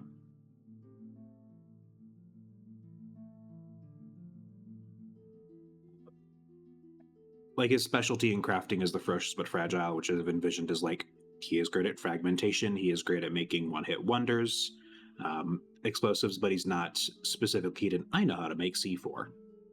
Well, there's a difference between being able to make a bomb and knowing how to, like, set a bomb without it blowing up. See, that's the part That's he more wouldn't be what the I'm best worried at. about. I don't know if we have anyone that knows how to set a bomb if we want to use a bomb for this. I mean, in a roundabout way, a bullet is kind of a controlled bomb. Yeah, but this isn't about the building of it. This is about being able to set it without the whole damn thing going off. Yeah, like is it Because radioactivated? I'm more Is worried it about pressure one of us. activated? I'm more worried about one of us trying to activate the bomb, fucking up, and then having the bomb go off in our own face. It would never happen.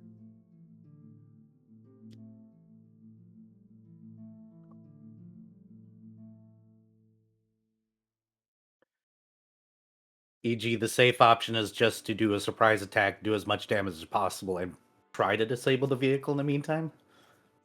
Yeah. Hex is gonna think for a second and then go, you know, considering everything, it might do and be the best possible thing in order to remove as much of the knight support as possible with our particular attempt with this. Because if we remove the knight support, they aren't going to continue being able to make these sorts of pushes. And it wouldn't get rid of the majority of the power of the Brotherhood. They definitely just come back later. But it would definitely buy the factory time to prepare, maybe get some upgrades and some additional defenses. Don't After all, teach we're just my looking to hamster get them to away. suck eggs. Uh-oh.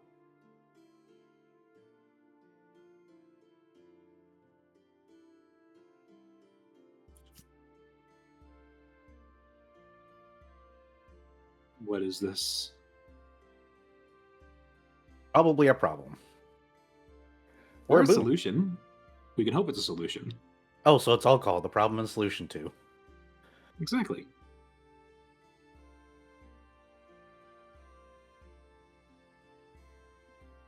Maybe our buddy Molotov is going to give us a cocktail. That's a bomb Sprocket knows how to set off properly. Arguably a hard one to not understand the basic mechanics of, but Again, we're not worried about making a bomb that can go off. We're worried about making a bomb that we set and goes off at the right time when we want it to. Yeah. Well, I sent the influence to you, Enja. Wait.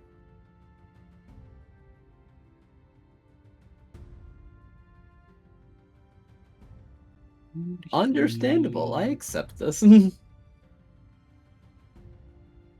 Concern.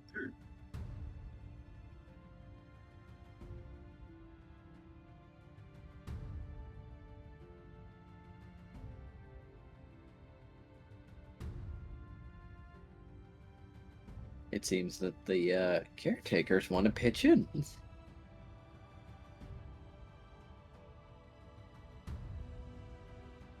Neat. Mm.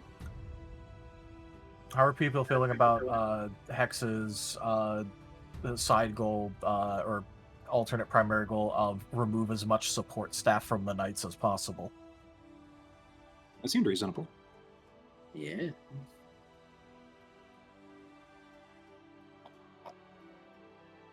All right. In that case, what are we going to do if we go out there when the Sandmen show up and we end up running into a knight or two? We're gonna adopt a thing where we don't even try and fight them. Or are we gonna try and do a thing where if it's only one or two of them, we can make an attempt and see how it goes? What are we feeling here? I think a single isolated knight we could gang up on. It'll be brutal, but we could probably overcome that as a 6v1.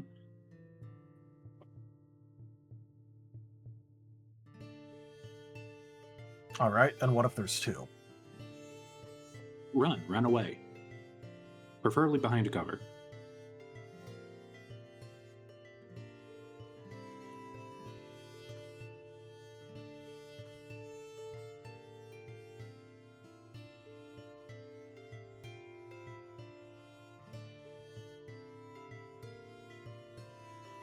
Yeah, because I'm just trying to think of something reasonable that could be used to disable power armor that wouldn't be killing the person.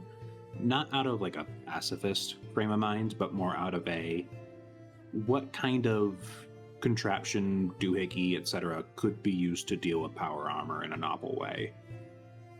And like I can think of several minor ones that would work for a short period of time, but that's really as much as I can think that's reasonable at Sprocket's current skill levels. I won't be of much use against those in power armor. My specialty is more fleshy things. But I could at least probably do a good bit of damage to their the others that don't have power armor. Yeah, the support staff we're actually going after. You know what might be useful? Is having Venro scout slightly ahead in order to find support staff that don't have a knight nearby. And then inform us of that, so that way we can follow behind and only attack in places that don't have the knights.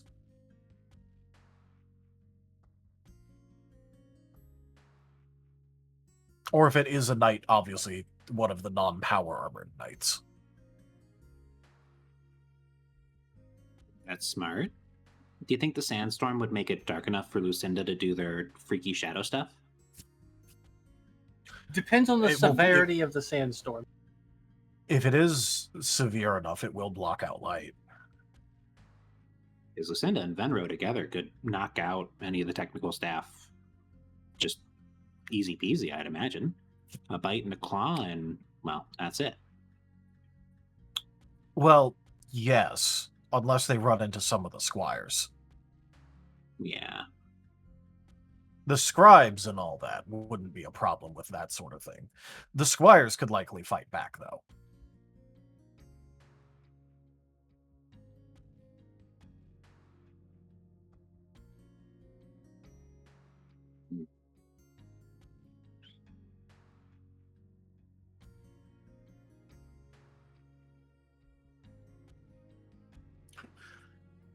This is an alternative option. Bearing in mind that I am a non-combatant and will not be participating in combat functions unless I'm shot at first. Have we considered taking the vehicle and just driving it at them? What, just like trying to run them over? I can't say that I'm a medic, but I can say if their vehicle is a problem, commandeering it makes it less of a problem. What you guys choose to do with it afterwards is your choice. It's a devilish idea. Do any of you know how to work drills and drive vehicles? I do have some experience. Not much, but I could probably figure it out. In other words, I've got no specialties, but I do have 2 dots of navigation, so it'll at least carry me somewhere. Whether it's the correct location is a different matter. That's a future Zim problem. Or Venro problem, I suppose. I would offer assistance, but if violence is incurred, I have to step back. I will say, the skill floor drastically drops when your goal is to hit something instead of avoid something. Well, yeah, True. but you also have to keep in mind that we're going to have to turn the drill around. Like, we'd have to get into the drill, take care of any enemies inside, figure out the controls to it, and then turn it around successfully and have it go towards the enemy. Well, as Which far isn't impossible. as far as that goes, Venro's got a dot in technology and 2 dots in navigation, which would both lend towards figuring out and doing that. Yeah, I have a couple dots in technology, obviously, but it is an option. I think we could keep that on the list for if we find the drill without the paladin and the knights being right next to it, like the guy said that they tend to be. If the opportunity presents itself. Yeah. I'm fine doing that as an opportunistic thing. I don't know about that being a main objective. I think we should still stick with the remove support staff to make siege untenable.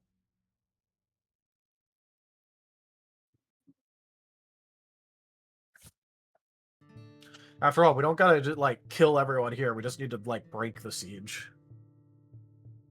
Yeah. And if we get rid of a bunch of squires and scribes and logistics people, then the knights are gonna have a problem. Though, revisiting the bomb idea, since I think more a vehicle, what if instead of a bomb, I made a canister that, when a lot of pressure is applied, i.e. a tread rolls over it, blades inside of it are pressed outward. I know it doesn't pop like a wheel, but enough horizontal cutty cut will go through a metal tread decently enough. Landmines are typically an unwise idea in an active battle situation. They tend to hurt just as many friendlies as enemies. I unfortunately not a mine, more like a doctor's like the thingy, the needles that automatically pop out when you press them against something. Hypodermic needle. Out of character, I forgot the word for it the moment you said that. A lancet. Thank you. Yeah. I went to go say Basically it. My brain is describing- like, word. Yeah, is a lancet, but a blade to cut the tread as it passes over it. So not something that'd be triggered by somebody stepping on it, but just basically like just a tin can or a trash can that's been repurposed with blades inside of it, so that in the scuffle, if the thing's moving forward, a tread could get cut.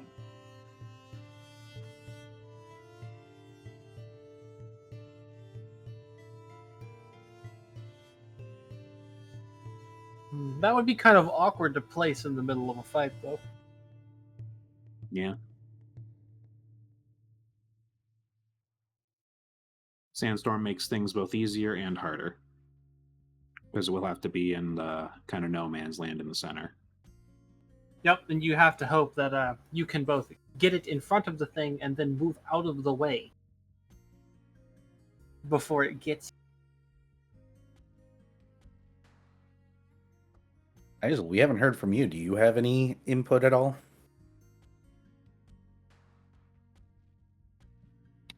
Not really.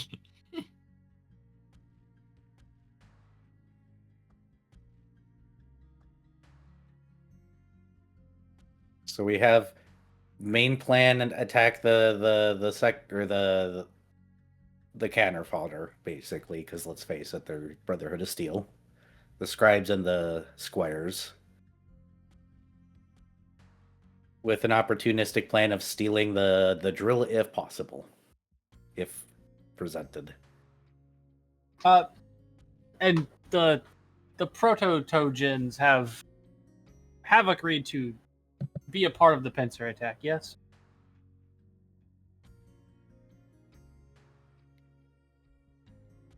Well, it seems like they're planning on it. Okay.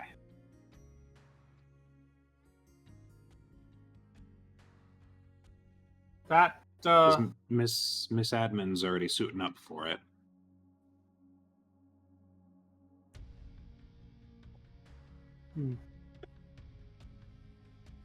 and Well, they said she's potentially considering doing it. Yeah. She hasn't we haven't heard that there's a guarantee. They are prepping for armor, though.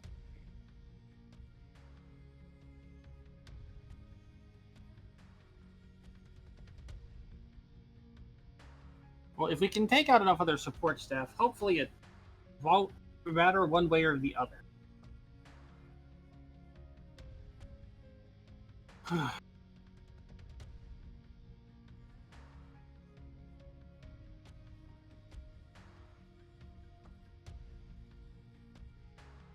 So, we're going to be, at least Vinro and I will be attempting to flank and take out their backline then.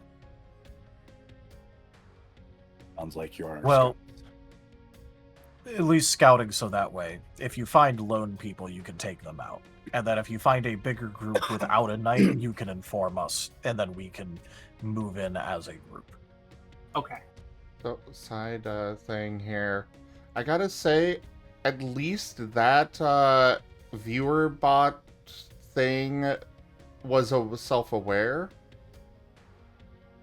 His name was Prestigious Hassle. It at least was self-aware. 6-6. Can't forget that important part of the name. The Kufja. Yeah, 5 you kisses.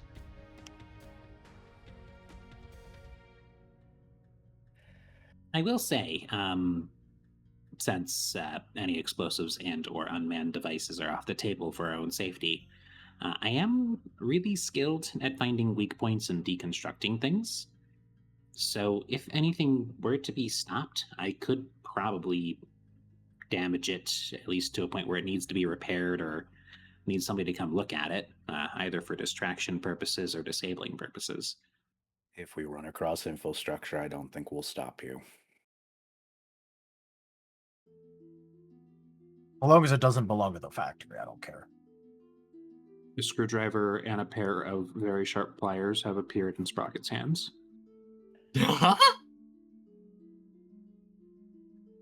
I apologize that I won't be as helpful in this particular endeavor. It sounds like I will just be a tag along to make sure nobody dies. As always, that is more important than anything. Yeah, you won't be making holes, but you'll be patching them up, and no, I like keeping my blood inside of me. That Especially reminds me, everybody around has... Bloodmancer Gimund. Please, Izul, don't turn me into a wheelchair, please. Just for a little bit of context for the viewers out there, Gimund was doing the quotes before stream and stuff today, and apparently it was just the quotes have decided that Gimund is a bloodmancer and can turn blood into wheelchairs.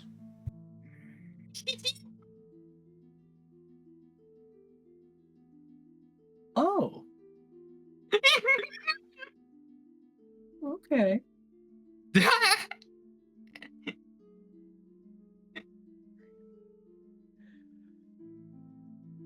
And just to check, everybody still has their requisited health needles that I provided them earlier. Yes. Fantastic. Yep, I didn't eat it. Please don't. I only have so many hypodermic needles that are that particular function.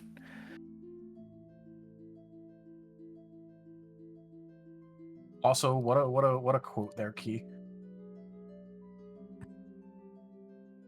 Just like what he was pulling for.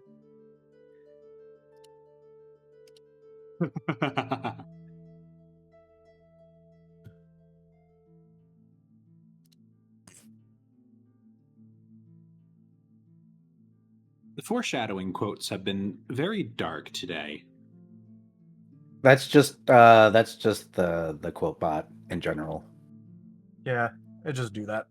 It either does that or sometimes, if you're lucky, it'll be a sex joke. It saves the nice thing for the strange periods where it makes no sense, because it must be amused by misplaced quotes. Very true. Or if we're the luckiest, it's a mixture of dark humor and sex jokes. Like There's that something one. I want to He's say, but thinking. I'll get quotes, so I'm not going to.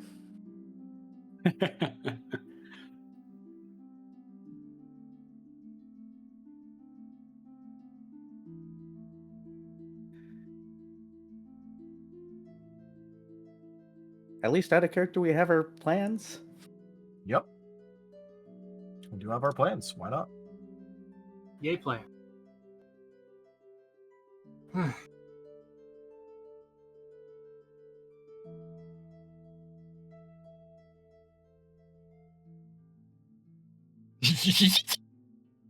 Nice. I mean, that's acceptable at least. I'm not. I can't finish the sentence. I can't. I'm not allowed to.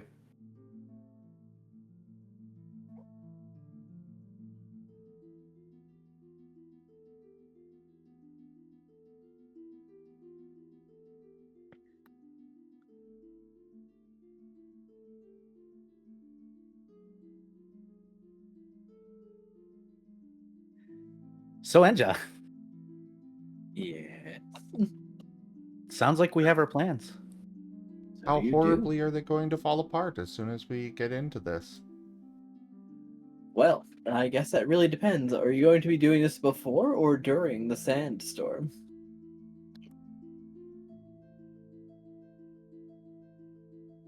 I believe the plan was during.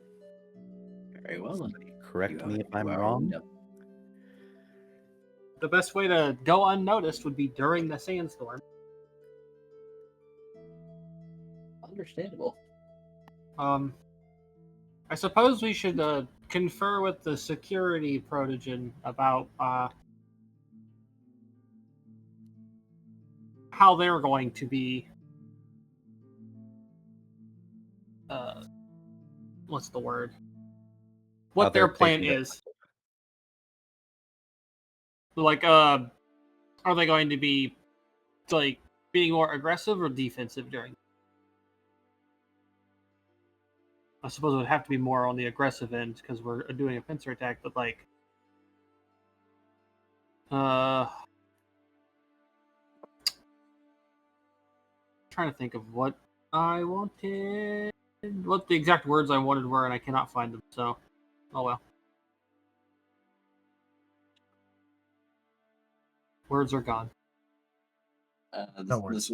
The security is going to be suiting up properly in heavy armor, and they will be doing a 2-stage attack where they basically simply line or walk in formation, point their guns forward, and just carpet the area.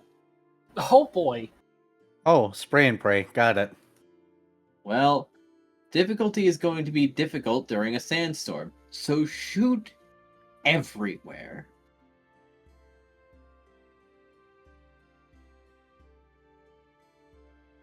Following this, they will continue their formation and engage in melee. Okay. Understandable. May they be a large distraction for us. Odds are we'll be more of a distraction for them. Well, yeah, but I mean towards the big shots. Oh yeah, absolutely.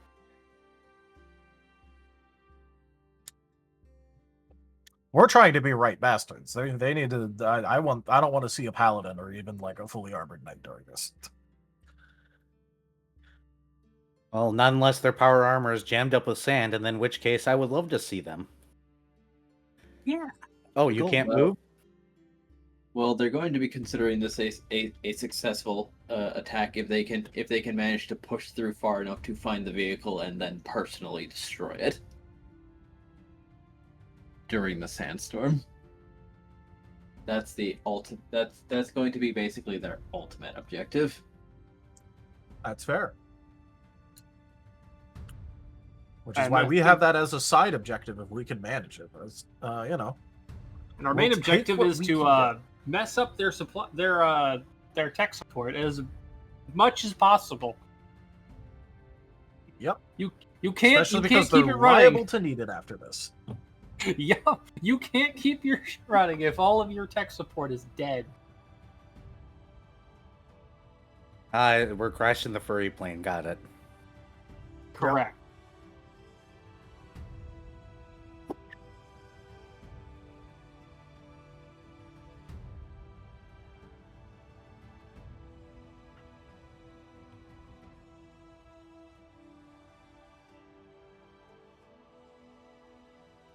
So,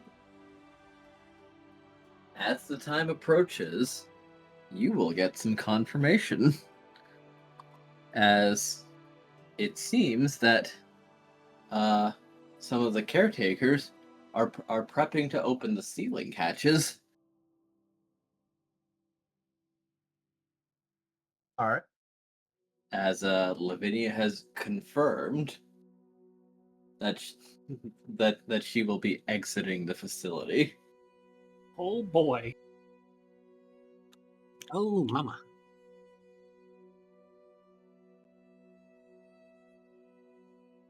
Would you like to go say hello, or just continue with continue waiting? I mean, that's liable to bring some attention, and we kind of don't want attention on us. So, Well, she's not Hex outside. is going to vote for the we yet. can say hi after. I don't think she's. I think she's still in the building. That's how she's going to be leaving. There were These some Oh, I hallways- thought that No. they were saying that since No. They're prepping since these haven't been opened in a long time. The hallways are not sized for Lavinia. So, why exactly is she exposing herself to gunfire and stuff?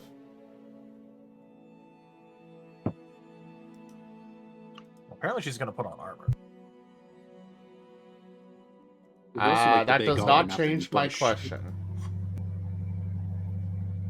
I mean, better than being shot to death in your own quarters where you can't fight back. You could ask if you wish to know. Sprocket's you know going to what? bound over. Oh, Yeah, I no, was saying go ahead, Lucinda's gonna head on over and at the very least wonder why she's risking herself when she's, I assume, the only admin. Very well then. Fenrir will Lavinia be going is with. indeed armored. In armor you have never seen before. It's like super fancy stuff. Yes. Because, one, it seems practically tailor-made to her. Potentially unsurprising.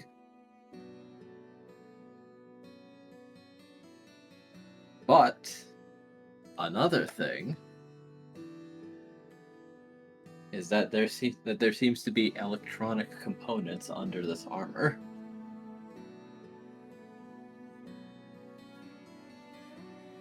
Out of character, I'd laugh so hard if it was one of those armors that conceals you and makes you invisible. I was thinking, does she have a giant Chinese stealth suit? I know we can't say the C word in the factory, but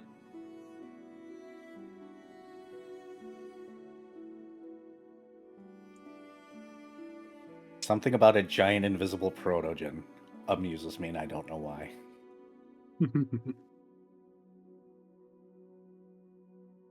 Okay, so she's Roll wearing an very fancy investigation- high. Roll an investigation check if you want to try and get more.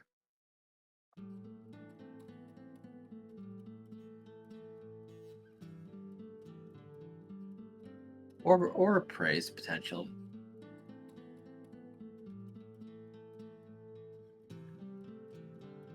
I mean, sure, we'll roll an appraisal.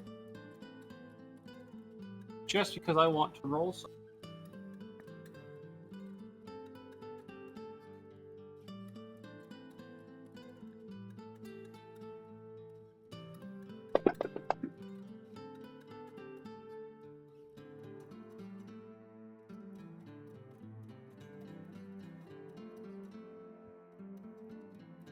Mostly appraising how effective the armor seems.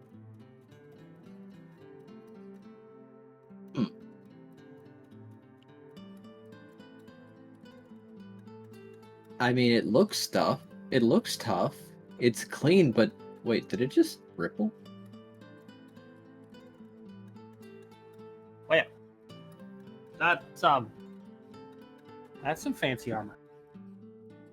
Ah, yes. It is.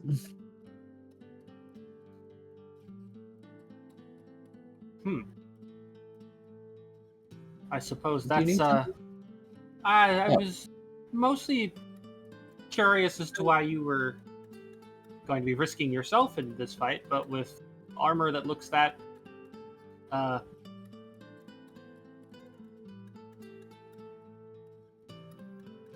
effective, it hopefully won't be that big of an issue.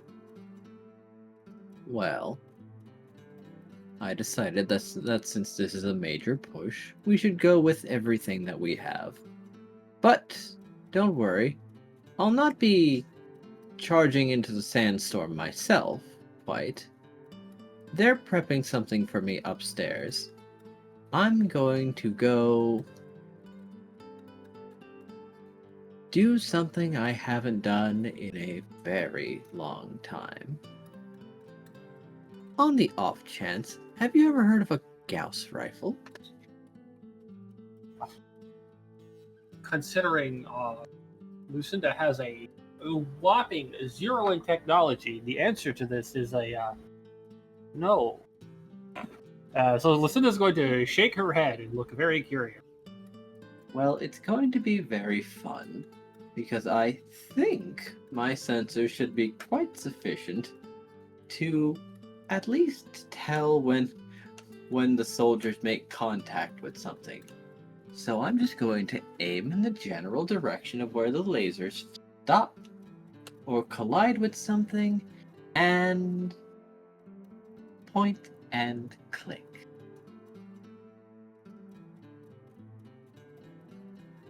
Frankly, that sounds terrifying to be on the opposing side of. Yes. Especially because this can shoot from very, very far away. And if it's in a sandstorm, this is ideally the safest I'm going to be to do exactly this. That and no one else is strong enough to use that Gauss rifle. Narrows it down then. Okay. Well, that's It is my personal armament, but nah, I'd let a few people try it. It did not go well. the recoil was a bit much. 4 soldiers were sent to the mid-bay. Oof.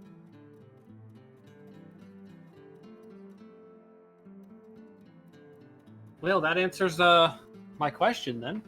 So, happy hunting. Ideally, I'd like to do something about the paladin.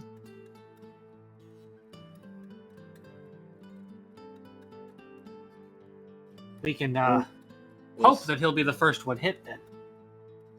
That's the plan. Well, if nothing else, I should be able to pin them down at least.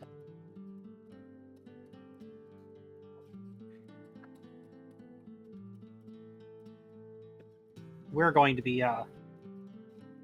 attempting to, at least myself and Vindro, the Night Stalker, will be using our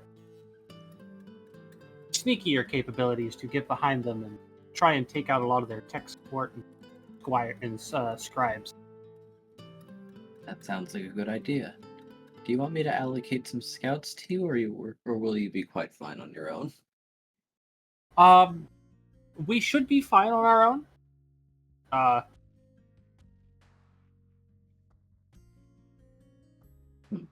Very well then.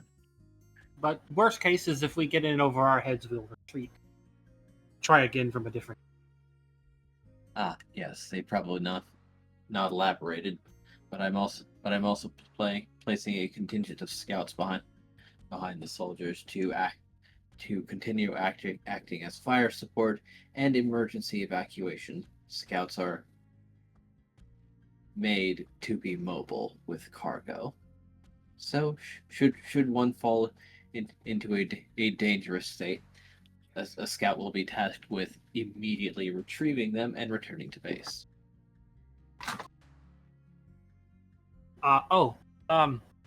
One of our compatriots he has a medical tent. I'm unsure of where you would prefer him to set that up, but I figured I'd ask.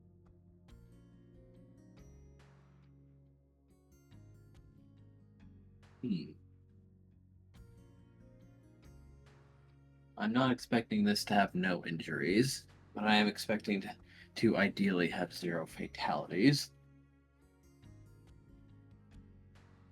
The innermost breached wall is still relatively secure. He can set up a tent there. Excellent. I will let him know. And Luecinda will give a curtsy and make her way back to the group to share her new information.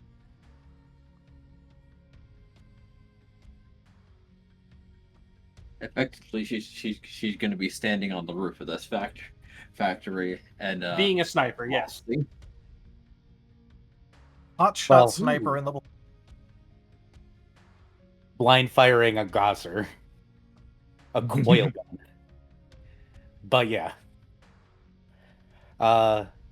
This does raise an interesting question and option then. Do you guys want me to stay behind? It's up to you if you want to follow behind us and try and keep us alive in particular, or if you want to set up a tent and try and keep as many individuals alive as possible. We are capable of at least some self-sustaining without you. Or at the very least, I know I am.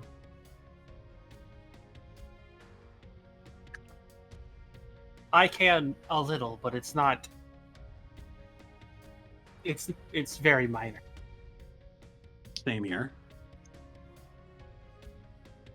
My headset disconnected. Could you repeat whatever you said? Yeah, RGB's basically asking, do you want me to come with and attend, or do you want me to stay here and man the tent? Fenrir is in favor of you manning the tent.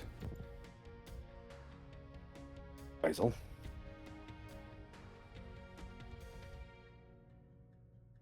Basil's fine with you in the tent. Well, you have the needles, so the tent it is. Now, if you guys don't come back, and I have to come out there and save your asses, I will kick your asses after I'm done sewing you back together. Understood? Sounds fun.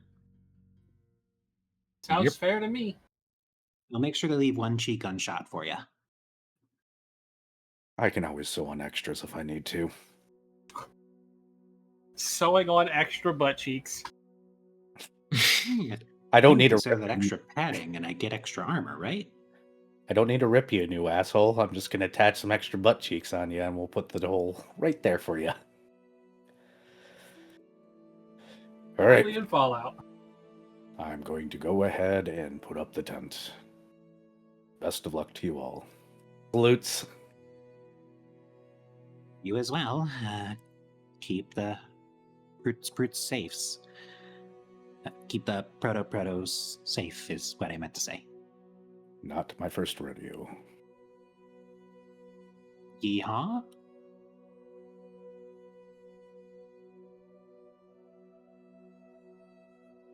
Luecinda uses Create Mundane to make a cowboy hat and puts it on Sprocket's head. Yeehaw. He now Finger has a guns. cowboy hat for 3 minutes.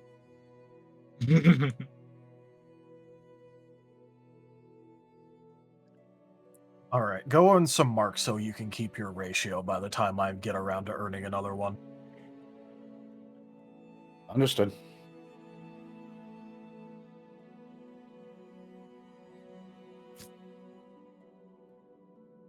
Get ratioed. Hey, look, he accepts there's a ratio.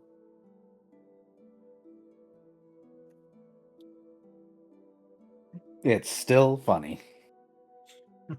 But yeah, and RGB will be setting up the medical tent in the area that was predetermined to be the best place. Oh boy. All right. Some caretakers will be moving to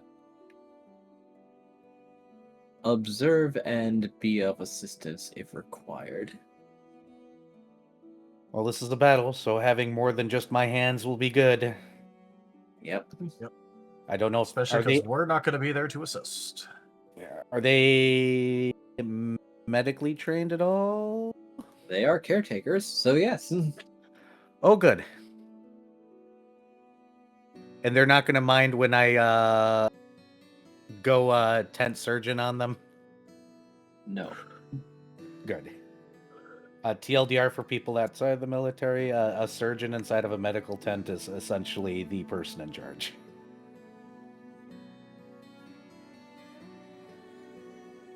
No, you are allowed to tell them what to do.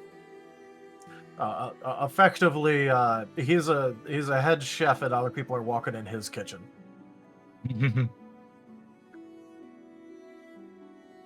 Captain So Norman. as long as they McRae. say, Go ahead. as long as they say "we chef," then hand you a scalpel, you'll be okay. Yep. Pats the Sprocket.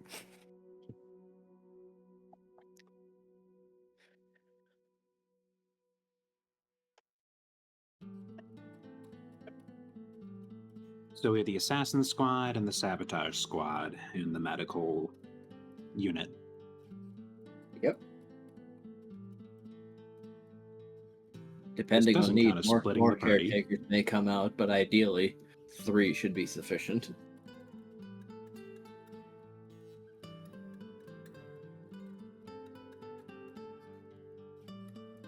We will see how this goes. Caretakers. Yep. Good luck, you 5. I'll be right here listening. Yep. It's gonna be something. Yeah. So which of the two splinters are going to be unlucky ones who run into the paladin first? Me and Vinro probably.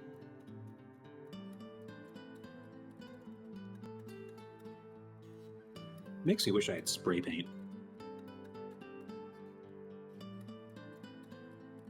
To mark the paladin if they get too close. A final fuck you, as it would be before being turned into mush. You just bear spray him in the face with spray paint. Can't see it. You can't see me. You can't hit me. Exactly. That'd be a way to apply the blind condition. Yep. I don't know. No, there's worse. Never mind. Yeah, you could flex think- seal his eyeballs. I can think of better ways to apply the blind condition. Glitter to the and also eyeballs. worse ones. Glitter is one. That's a worse. You'll never get it out. Mm-hmm. Pretty sure that would inflict That never disease. goes away.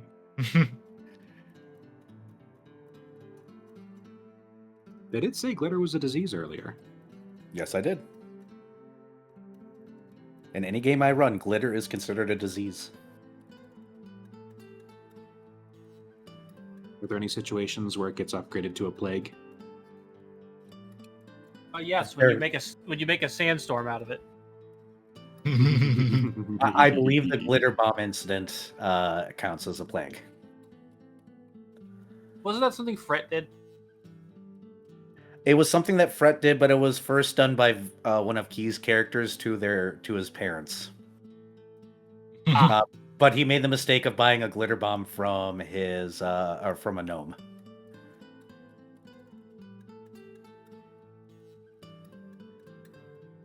Brew, at that point, that's just a chaff grenade. Or sorry, not Fret, Minuet. Oh, Yes. then. So, it's time for the storm then. With our 2 sneaky people who are capable of sneaking.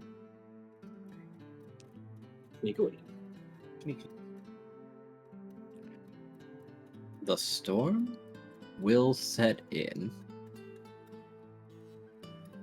as it doesn't start off heavy immediately. Well, this is definitely a surprise to the outsiders, as there haven't been many sandstorms, not in this area. And for one to pick up with seemingly no forewarning, and it gets worse and worse and worse as, let's say, it's dense enough that a mask or helmet is now required.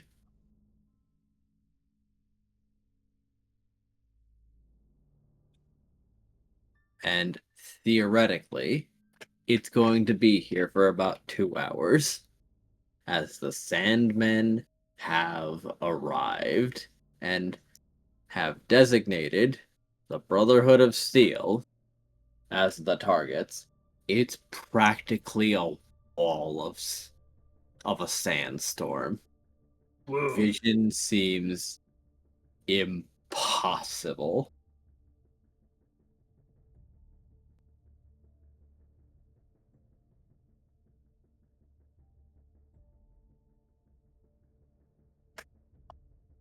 All right, so Lucinda's just going to be create mundaning some nice goggles for her eyes on repeat.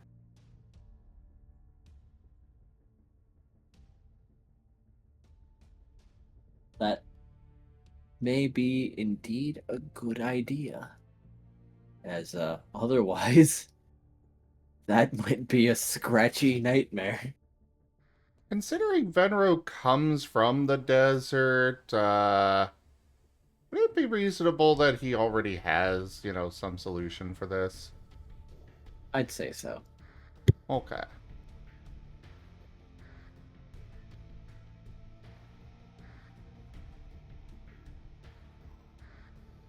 Yeah. Sprocket would, for himself and others in his squad, just make makeshift little cloth masks. The sorts where you wet it with water and just wrap it around your mouth. He should be able to find those sorts of cloth around. Not sure if Hex will need it, but I think Izul might.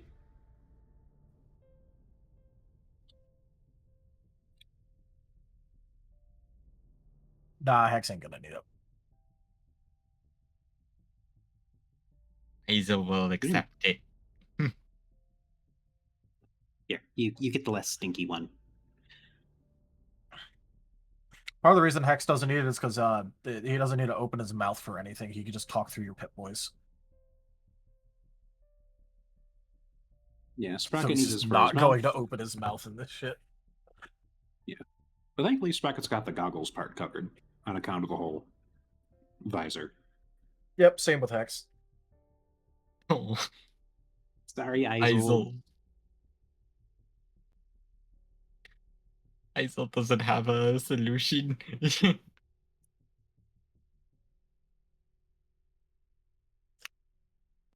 I imagine Venro's probably got one of those slitted eye mask kind of head wraps. Not to mention that he's probably accustomed to it anyway, so mostly naturally resistant as well.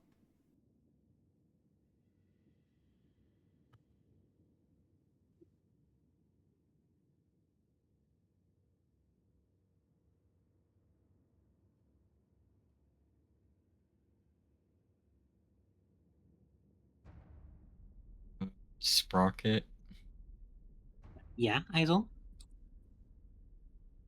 do I have something for my eyes? On hand. No. Lighter. One on a stick. No.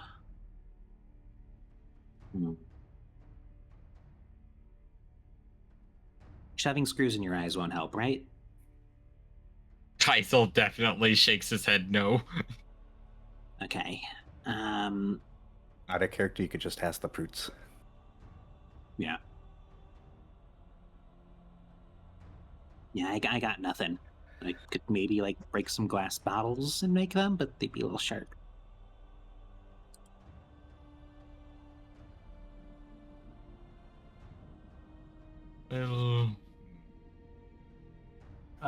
Perhaps check with the one of the other protos. They might have something that'll work. Got it. And Izul's gonna go ask for one of the for something from one of the protos that might help with this. They will give some armor if requested. Or just a helmet. A helmet. Probably. Very well then.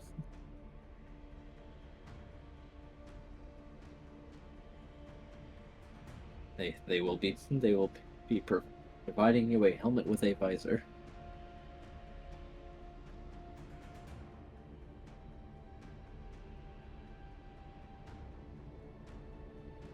Or rather, a plastic plate that you would be able to see through.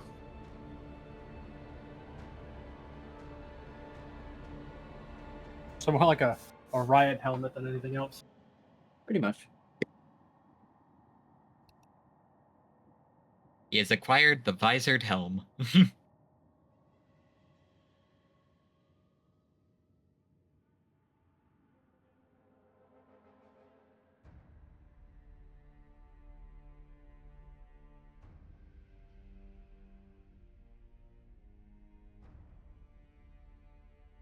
All right.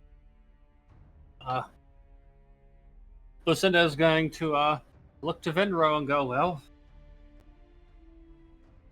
do we want to go ahead and start scouting out now, or do we want to wait for the attack properly from the protogen?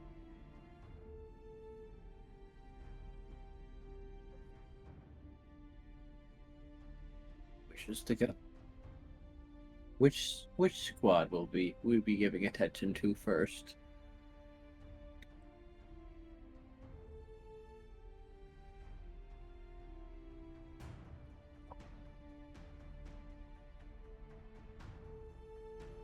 I would say we want to get out there first. All right.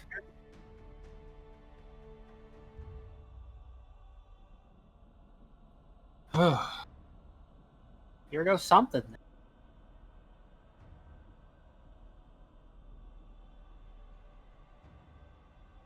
And Luecinda is going to begin making her way out towards the sandstorm, into the sandstorm. Well, it's not the most pleasant feeling. No, but thankfully she's a Deathclaw. It's true.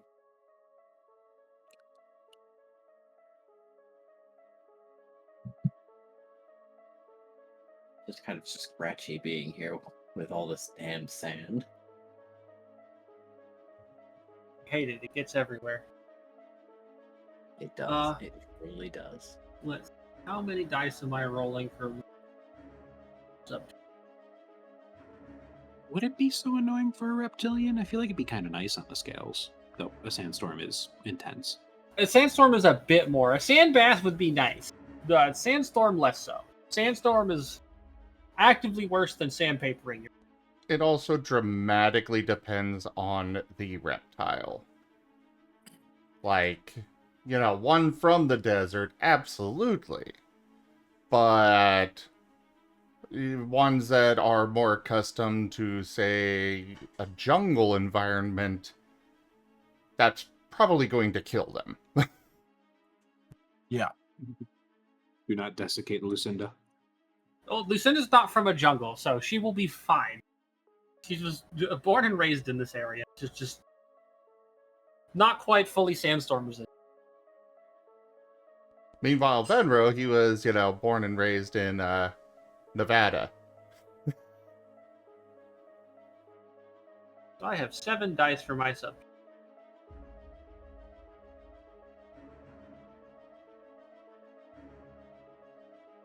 Very fitting quote.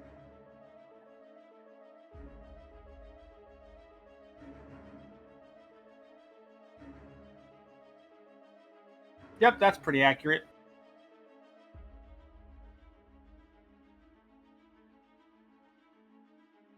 All right.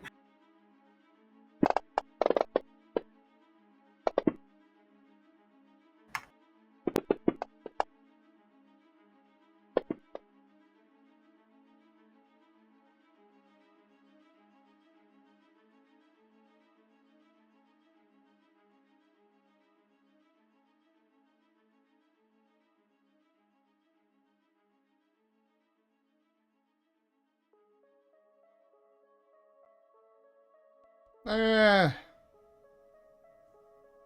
I don't want to spend resources yet, so yeah, I'm good with that.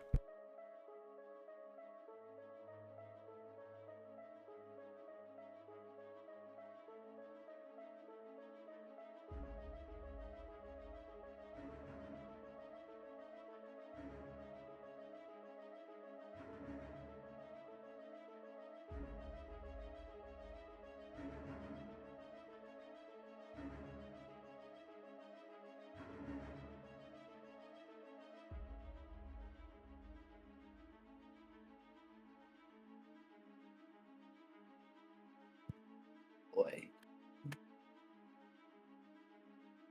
Now, how do you plan to navigate such a thorough sandstorm? Are you walking in a straight line towards their encampment? Well, Lucinda was going to orientate herself towards it, and then just a slight tad to the side. Mm, That way, because she knows roughly, because we know roughly how far away it is. So once we know it's been about that long, we can start trying to head in that a little bit more and see if we can find the outskirts. That was my plan, but maybe Venro has a better one. No, that one sounds good. All right, so we're just kind of aiming for what we know, what we are assuming is the edge of their fair the edge enough. of their camp, as we know. I would probably imagine to prep for this, you also use one of the exits and are trying to come from a different direction. Correct. That way, it's not just head on. Yes, you will probably not run into the fighting and going in this direction.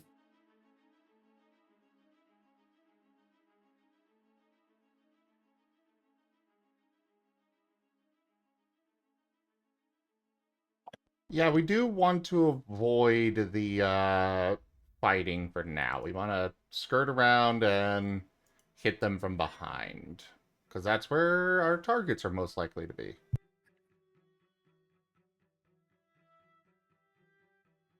Look around, hit him in the butt.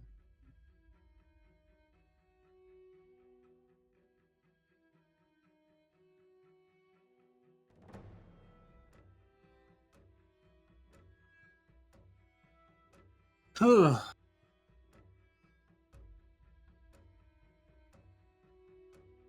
do we want to roll like perceptions or something as we get closer to see if we can spot people, hear people?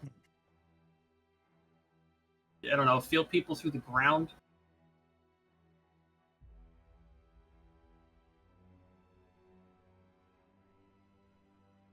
Not sure much sense. I don't think we can do that last one.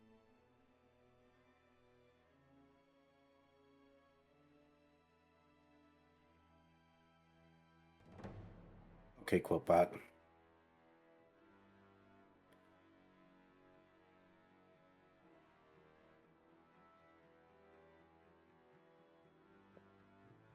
Sorry, repeat that, please. I was asking Inja if he is wanting us to roll perceptions once we get closer to see if we can Or start. survival. Survival makes sense. Tracking. Okay. Yeah. You want to assist me? I've got 5. Yeah, I'll have to assist you. The best I could do would be a perception, and I have a feeling that would have some sort of a negative applied to it in this environment.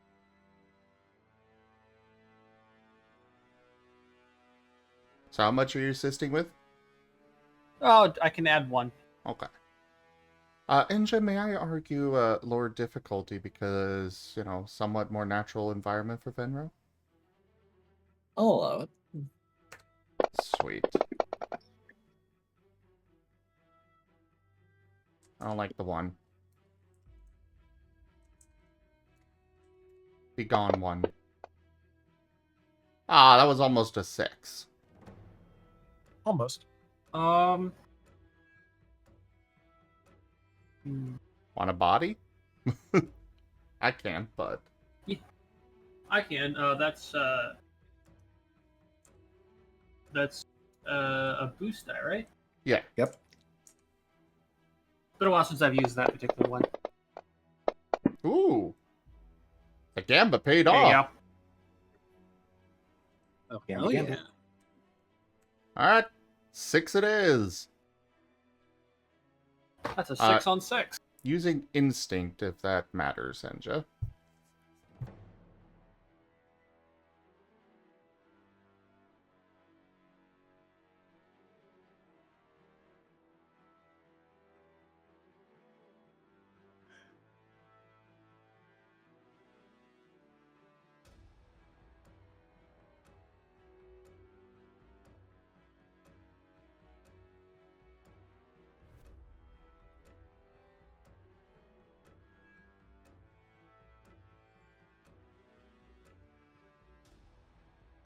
Enja?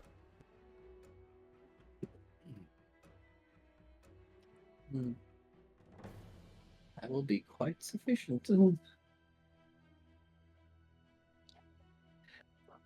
As you've been through your share of sandstorms.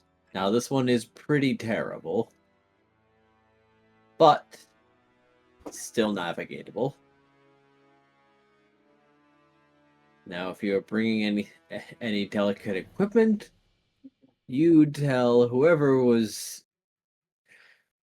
exposing it to the sandstorm to put that away immediately. Another thing, though, this sandstorm kind of loud, being this dense also.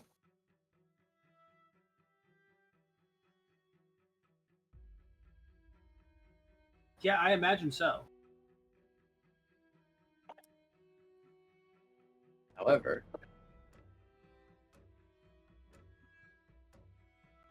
that doesn't deafen the sounds of combat in the distance, as it seems that the other side is going.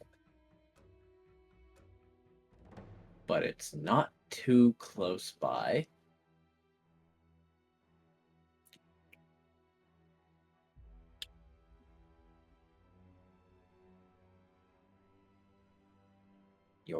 You're feeling pretty good though when you find a corner of one of their fortifications made in not haste exactly, but you can tell that they weren't really counting on keeping this long term.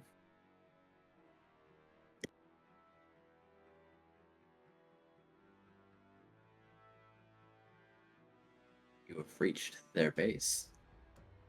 Or their camp, rather.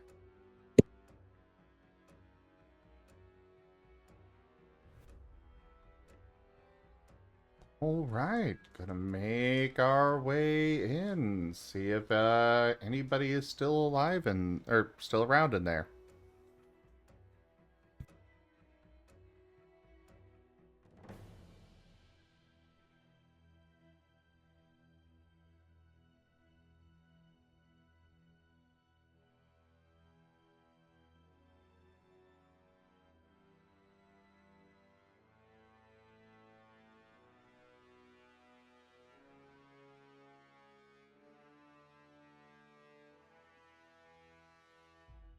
Yep, we are definitely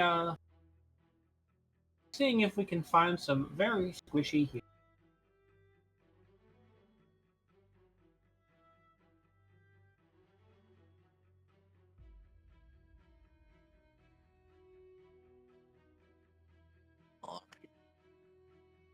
So, you you have the general idea as you've succeeded in reaching the edge of the camp. The sandstorm is not any less thick here, though.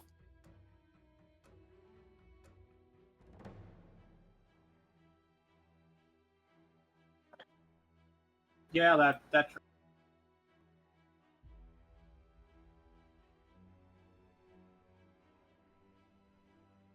So probably another survival roll to either navigate the camp or try and find some barracks where some other potentially key personnel might be hiding to try and wait this out.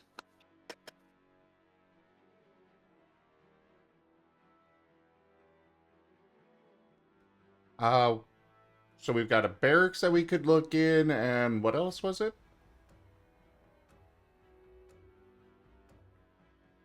Unless I completely missed what you said. Or misinterpreted.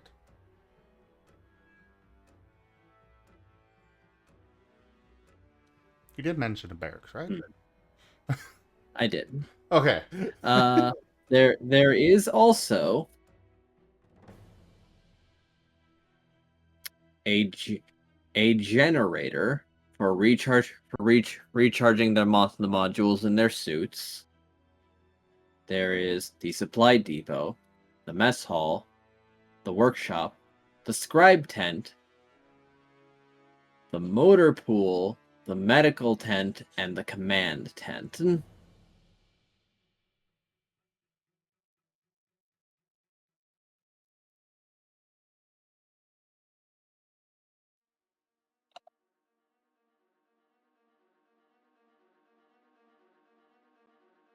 Hmm.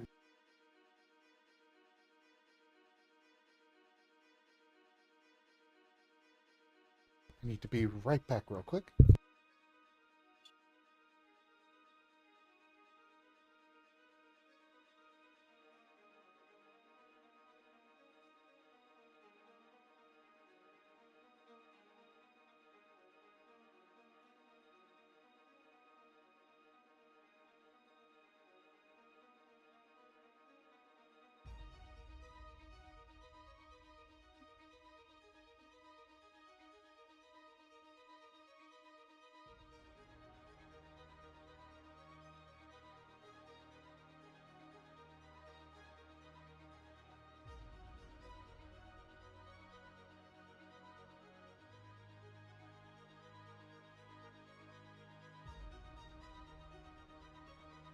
No, confirmed sentient. I give up.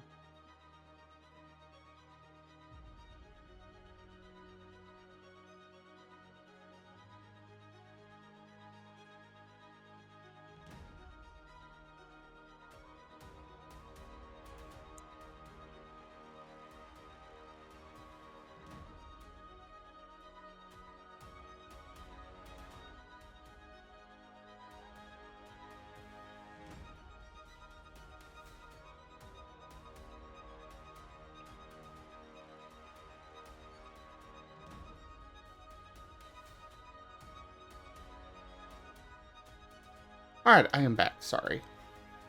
Quote for Oki, the Quotemancer Apprentice.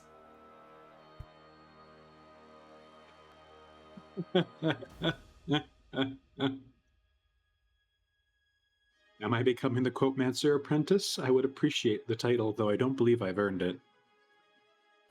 I mean, the Quotemancer you're has decided. Yeah, you've been adopted. This means you need to start memorizing all the quotes and their numbers. No, that's the thing I'm the worst at. I can't memorize quotes or numbers. Everything I do is improv. Don't worry, there's only I probably do need to make another page or two of quotes in the 50+ page document. I keep on telling you to put it in Excel.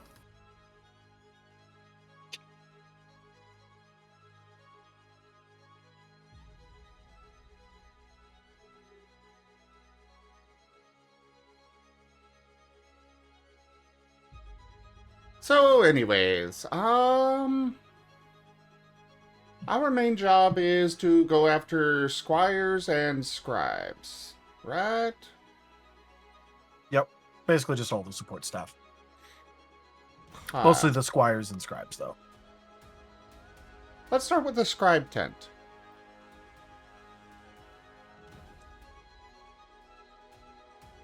Because of course they have their own designated quarters. Well, yeah. The very little scribes sleeping in the same place as us important knights. Yeah, I mean, like, come on. They literally have a hierarchical stratified culture. Like, come on. Yep. Read. Ugh.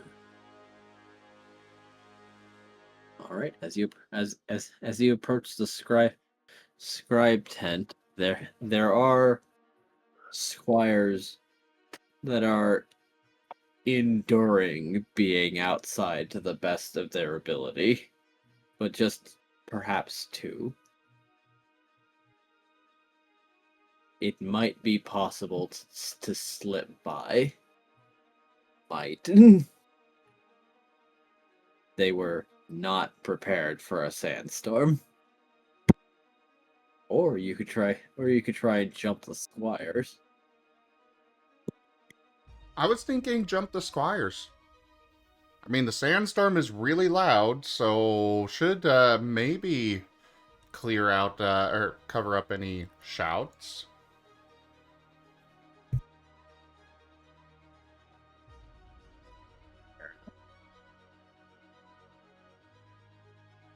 You have two squires. Does everyone agree? Yep.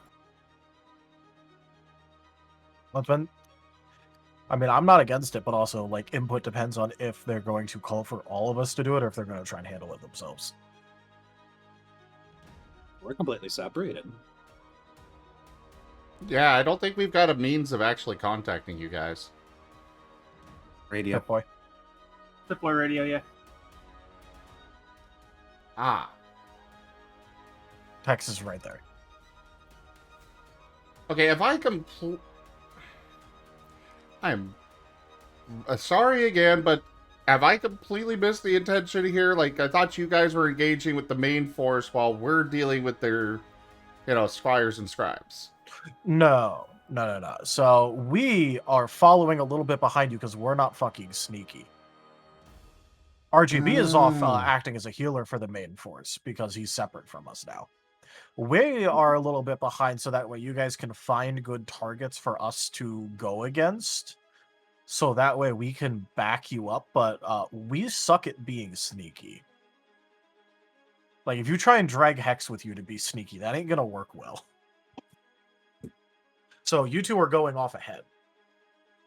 Like, very slightly, in order to scout out correct positions for either you two to just deal with people, or if there's a slightly bigger group or more dangerous group, have us come in to help with it. But basically looking for non-knight groups to take out. Yep, and we're also focused on when the vehicle is out and about, sabotaging it and taking it over. Well, not So that's focused where on it. we'll take our Focused is the initiative. wrong word. Well, I think... Focused on that is the wrong word. I think Luecinda and Venro can take out these two. I mean, we're going to have the complete element of surprise there. So, I think we can take him out. If the dice are friendly to us. Yeah. We can only hope.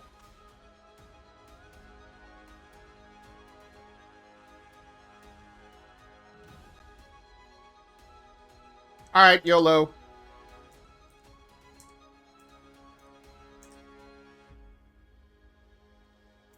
Snakebite!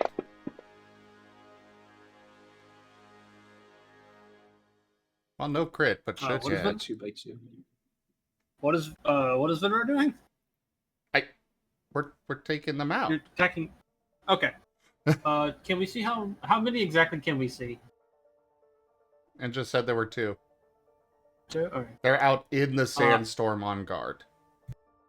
Oh, so they're having a bad time. Yeah, okay. They apparently looked miserable. Cool. I guess I will. Let's see. This is my first time using magic combat. double check what I rolled for. It's just it's willpower thing. Sagacity or verbosity? Sagacity right? is for casting. Okay, that's what we're doing. I was pretty Verbosity sure. is how many words you can include in a spell. Yeah, I thought it was sagacity, but I was double checking before I made myself look stupid. Huzzah for using things I haven't used in combat. I get how many words? 3. So we will do short range power element necrotic. So it's just going to be this to hit. Okay. 2, 3, 6. Okay. 6 to hit.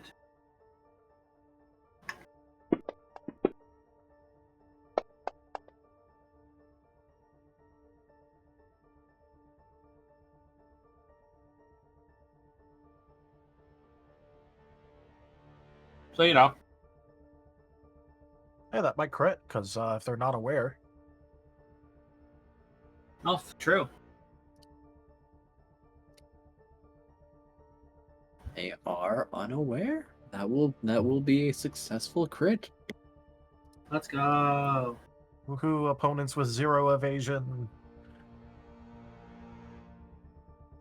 I mean, unfortunately, the power for this is not great, but, you know.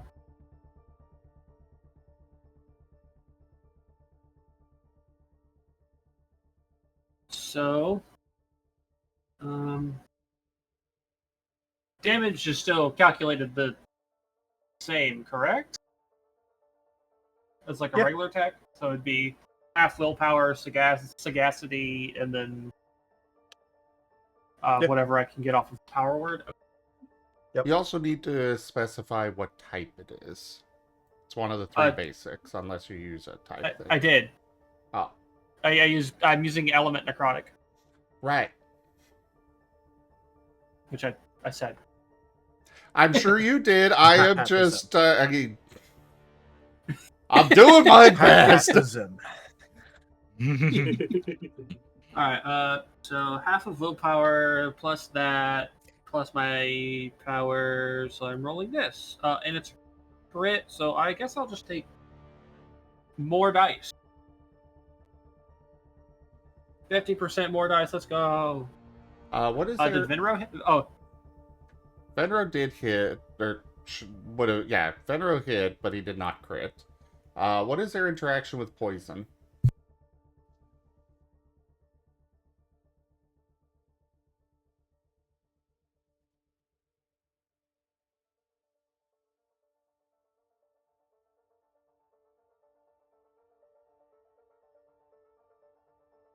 Yeah. Digi. Apologies. What? What is their type interactions?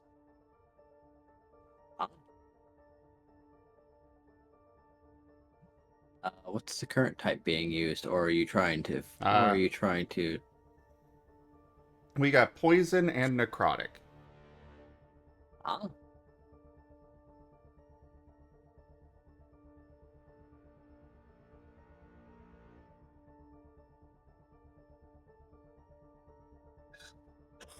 Well, neutral. Hold on. This might have changed, so I might need to check something out. Actually.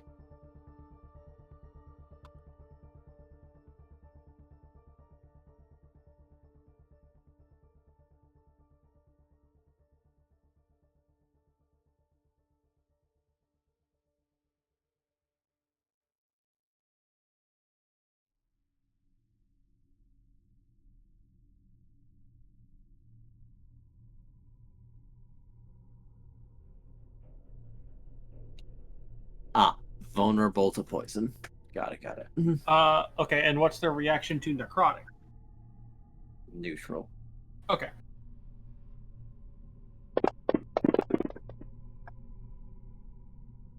No. What?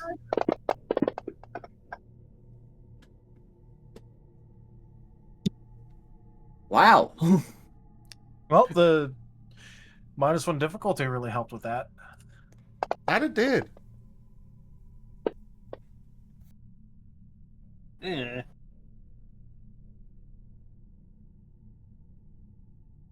That's pretty mid. Yeah, it is. We'll use the boost die on that one. See if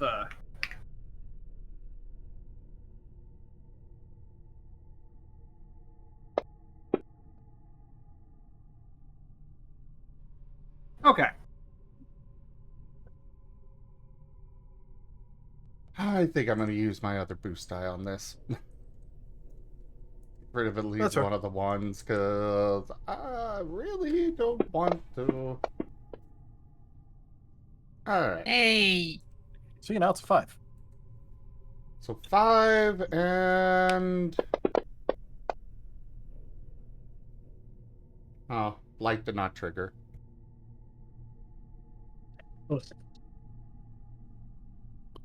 Very well then.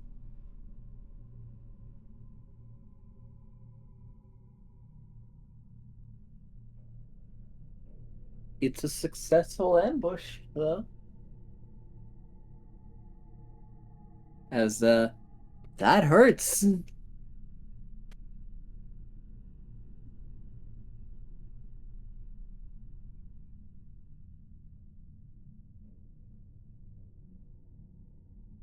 But they were you focusing on one or I was figuring yeah, I we was were... aiming at. Oh, I was gonna aim at the same one Vinro went for. Oh, okay. Yeah.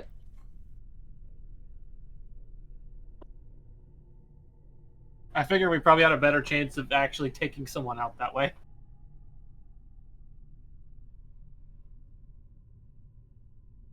is anyone else piling onto this? The rest of them aren't here. Yeah, it was, the Yeah, rest they're of the them only are two that are not. there. Yeah, the others are not quite in combat yet. They are behind us. Understandable. That's right. I remember now.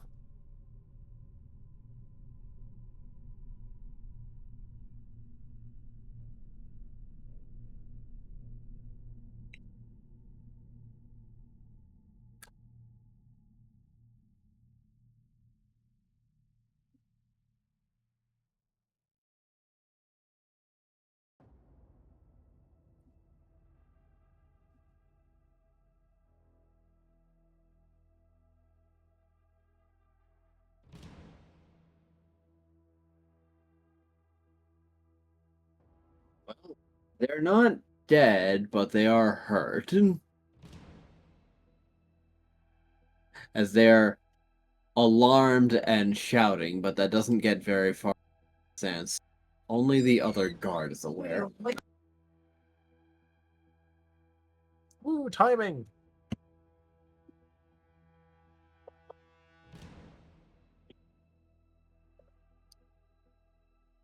Immediately timinged. Yeah, but it wasn't the neighbors this time. That's true.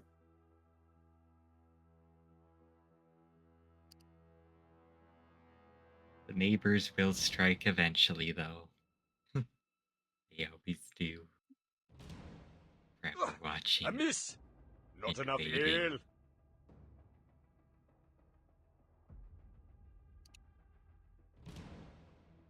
They apparently also provide rerolls. Reroll. No, that's not a neighbor. That's a Vari. At the Vari.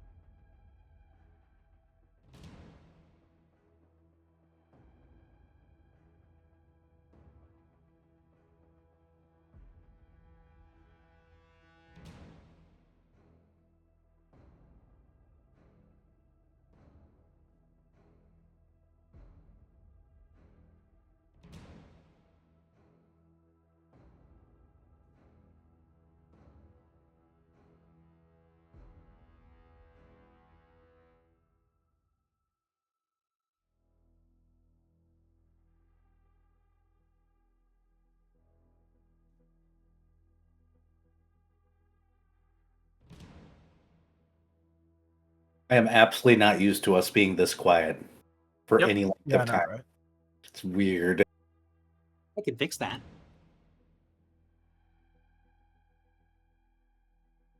Give I mean, it was Sprocket just a Yeah. really unfortunate timing. Yeah. Give Sprocket a metal kebab on his geek.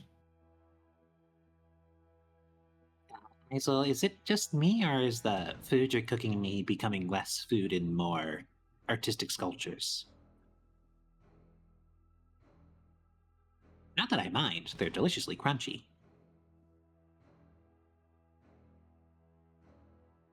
I'm trying a new thing.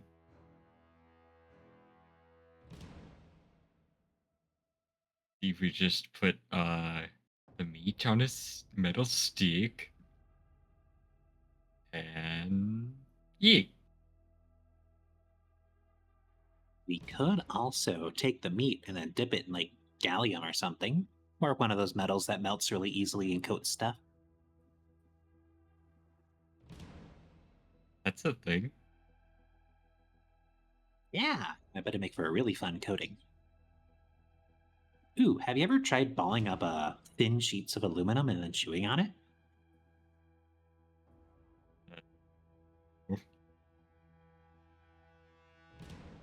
It's like electricity that goes straight to your brain. It's wonderful.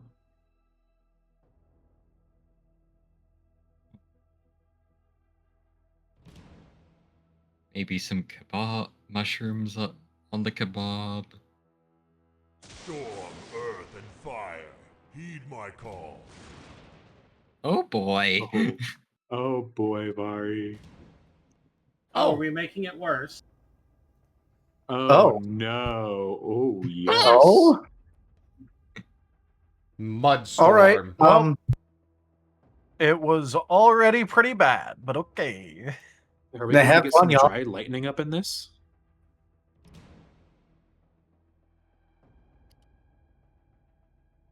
So, are we about to experience an irradiated rat storm within the sandstorm? Hopefully. Almost certain.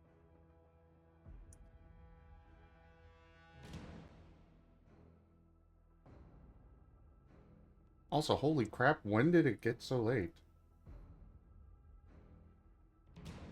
Oh, about 43 minutes ago. Yeah, I was about to say when we got done with our planning thing about 45 minutes ago. Yeah, I expected us to end there, but then we rolled with it, so I'm just rolling with it. Oh my god. Hello, I'm back. Welcome Hi, back. welcome back. So, right, where were we? An ambush. Right. One And was a injured. worsening storm. Yeah, the Yeah. storm approacheth. My word, the sandstorm gets worse, you say?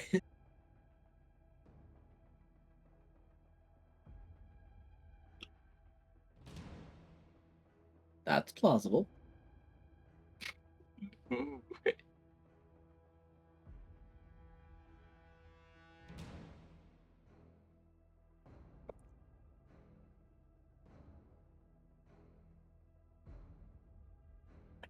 Now, with that being the case, I believe it's time for initiatives. Correct.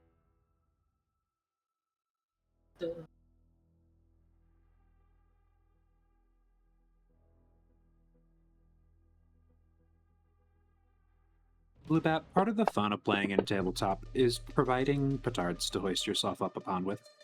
I see my initiative rolls are staying the same as they have for the past, like, I don't know, 2 months. So huzzah, someone else finally using the hoisted by their own petard thing. I've used that before. I just don't normally see a point. I say it, I've said it like fairly frequently, and then people would be like, I've never heard anyone say that before. Really? For the longest time, I didn't know that petard was a type of bomb. I always thought it was like getting choked by your scarf or something. Nope, it means getting blown up by your own bomb. Yep.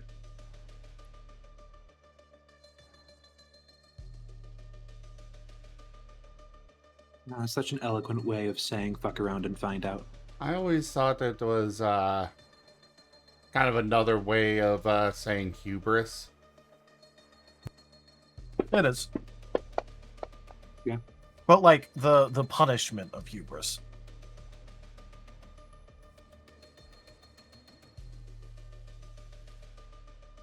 All right then, let's begin. Voiced by your own Well- Picard. Unfortunately, Or combat should we does. save this for next? Yeah. Should we save this for next time? Combat takes a while, even for a small encounter, and we got 15 minutes left. That's Yeah. fair. Much as I'd like to, but, you know. Yeah, you can maybe get in like one round. More likely, like, 2 turns. No, we're low level.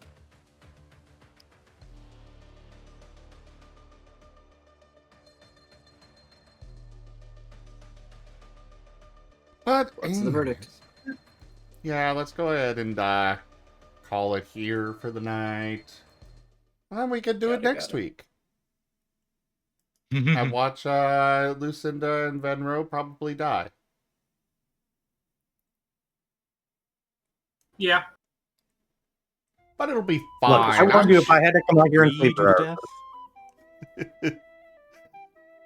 I'm sure that we won't wind up attracting all the rest of the camp and, you know, recreate multiple scenes from multiple movies with just the two of us running away from a massive horde. The horde that's currently fighting for their lives because they're also being attacked by an actual army in a different direction. Oh, fair, fair. But either way, thank you everybody for joining us so far on the stream today. That was Fallout Twin Cities Scar. Check out our website, zgfgaming.com. We got links for our Discord, Telegram, Mastodon, Blue Sky, Patreon, and more. There on the website as well as down in the description below through our link tree. Thank you to my patrons, tippers, and subscribers. It is your support that keeps this channel alive and going. I cannot do this without your guys' help and your support, so thank you. Consider becoming a patron over at patreon.com/zgfgaming.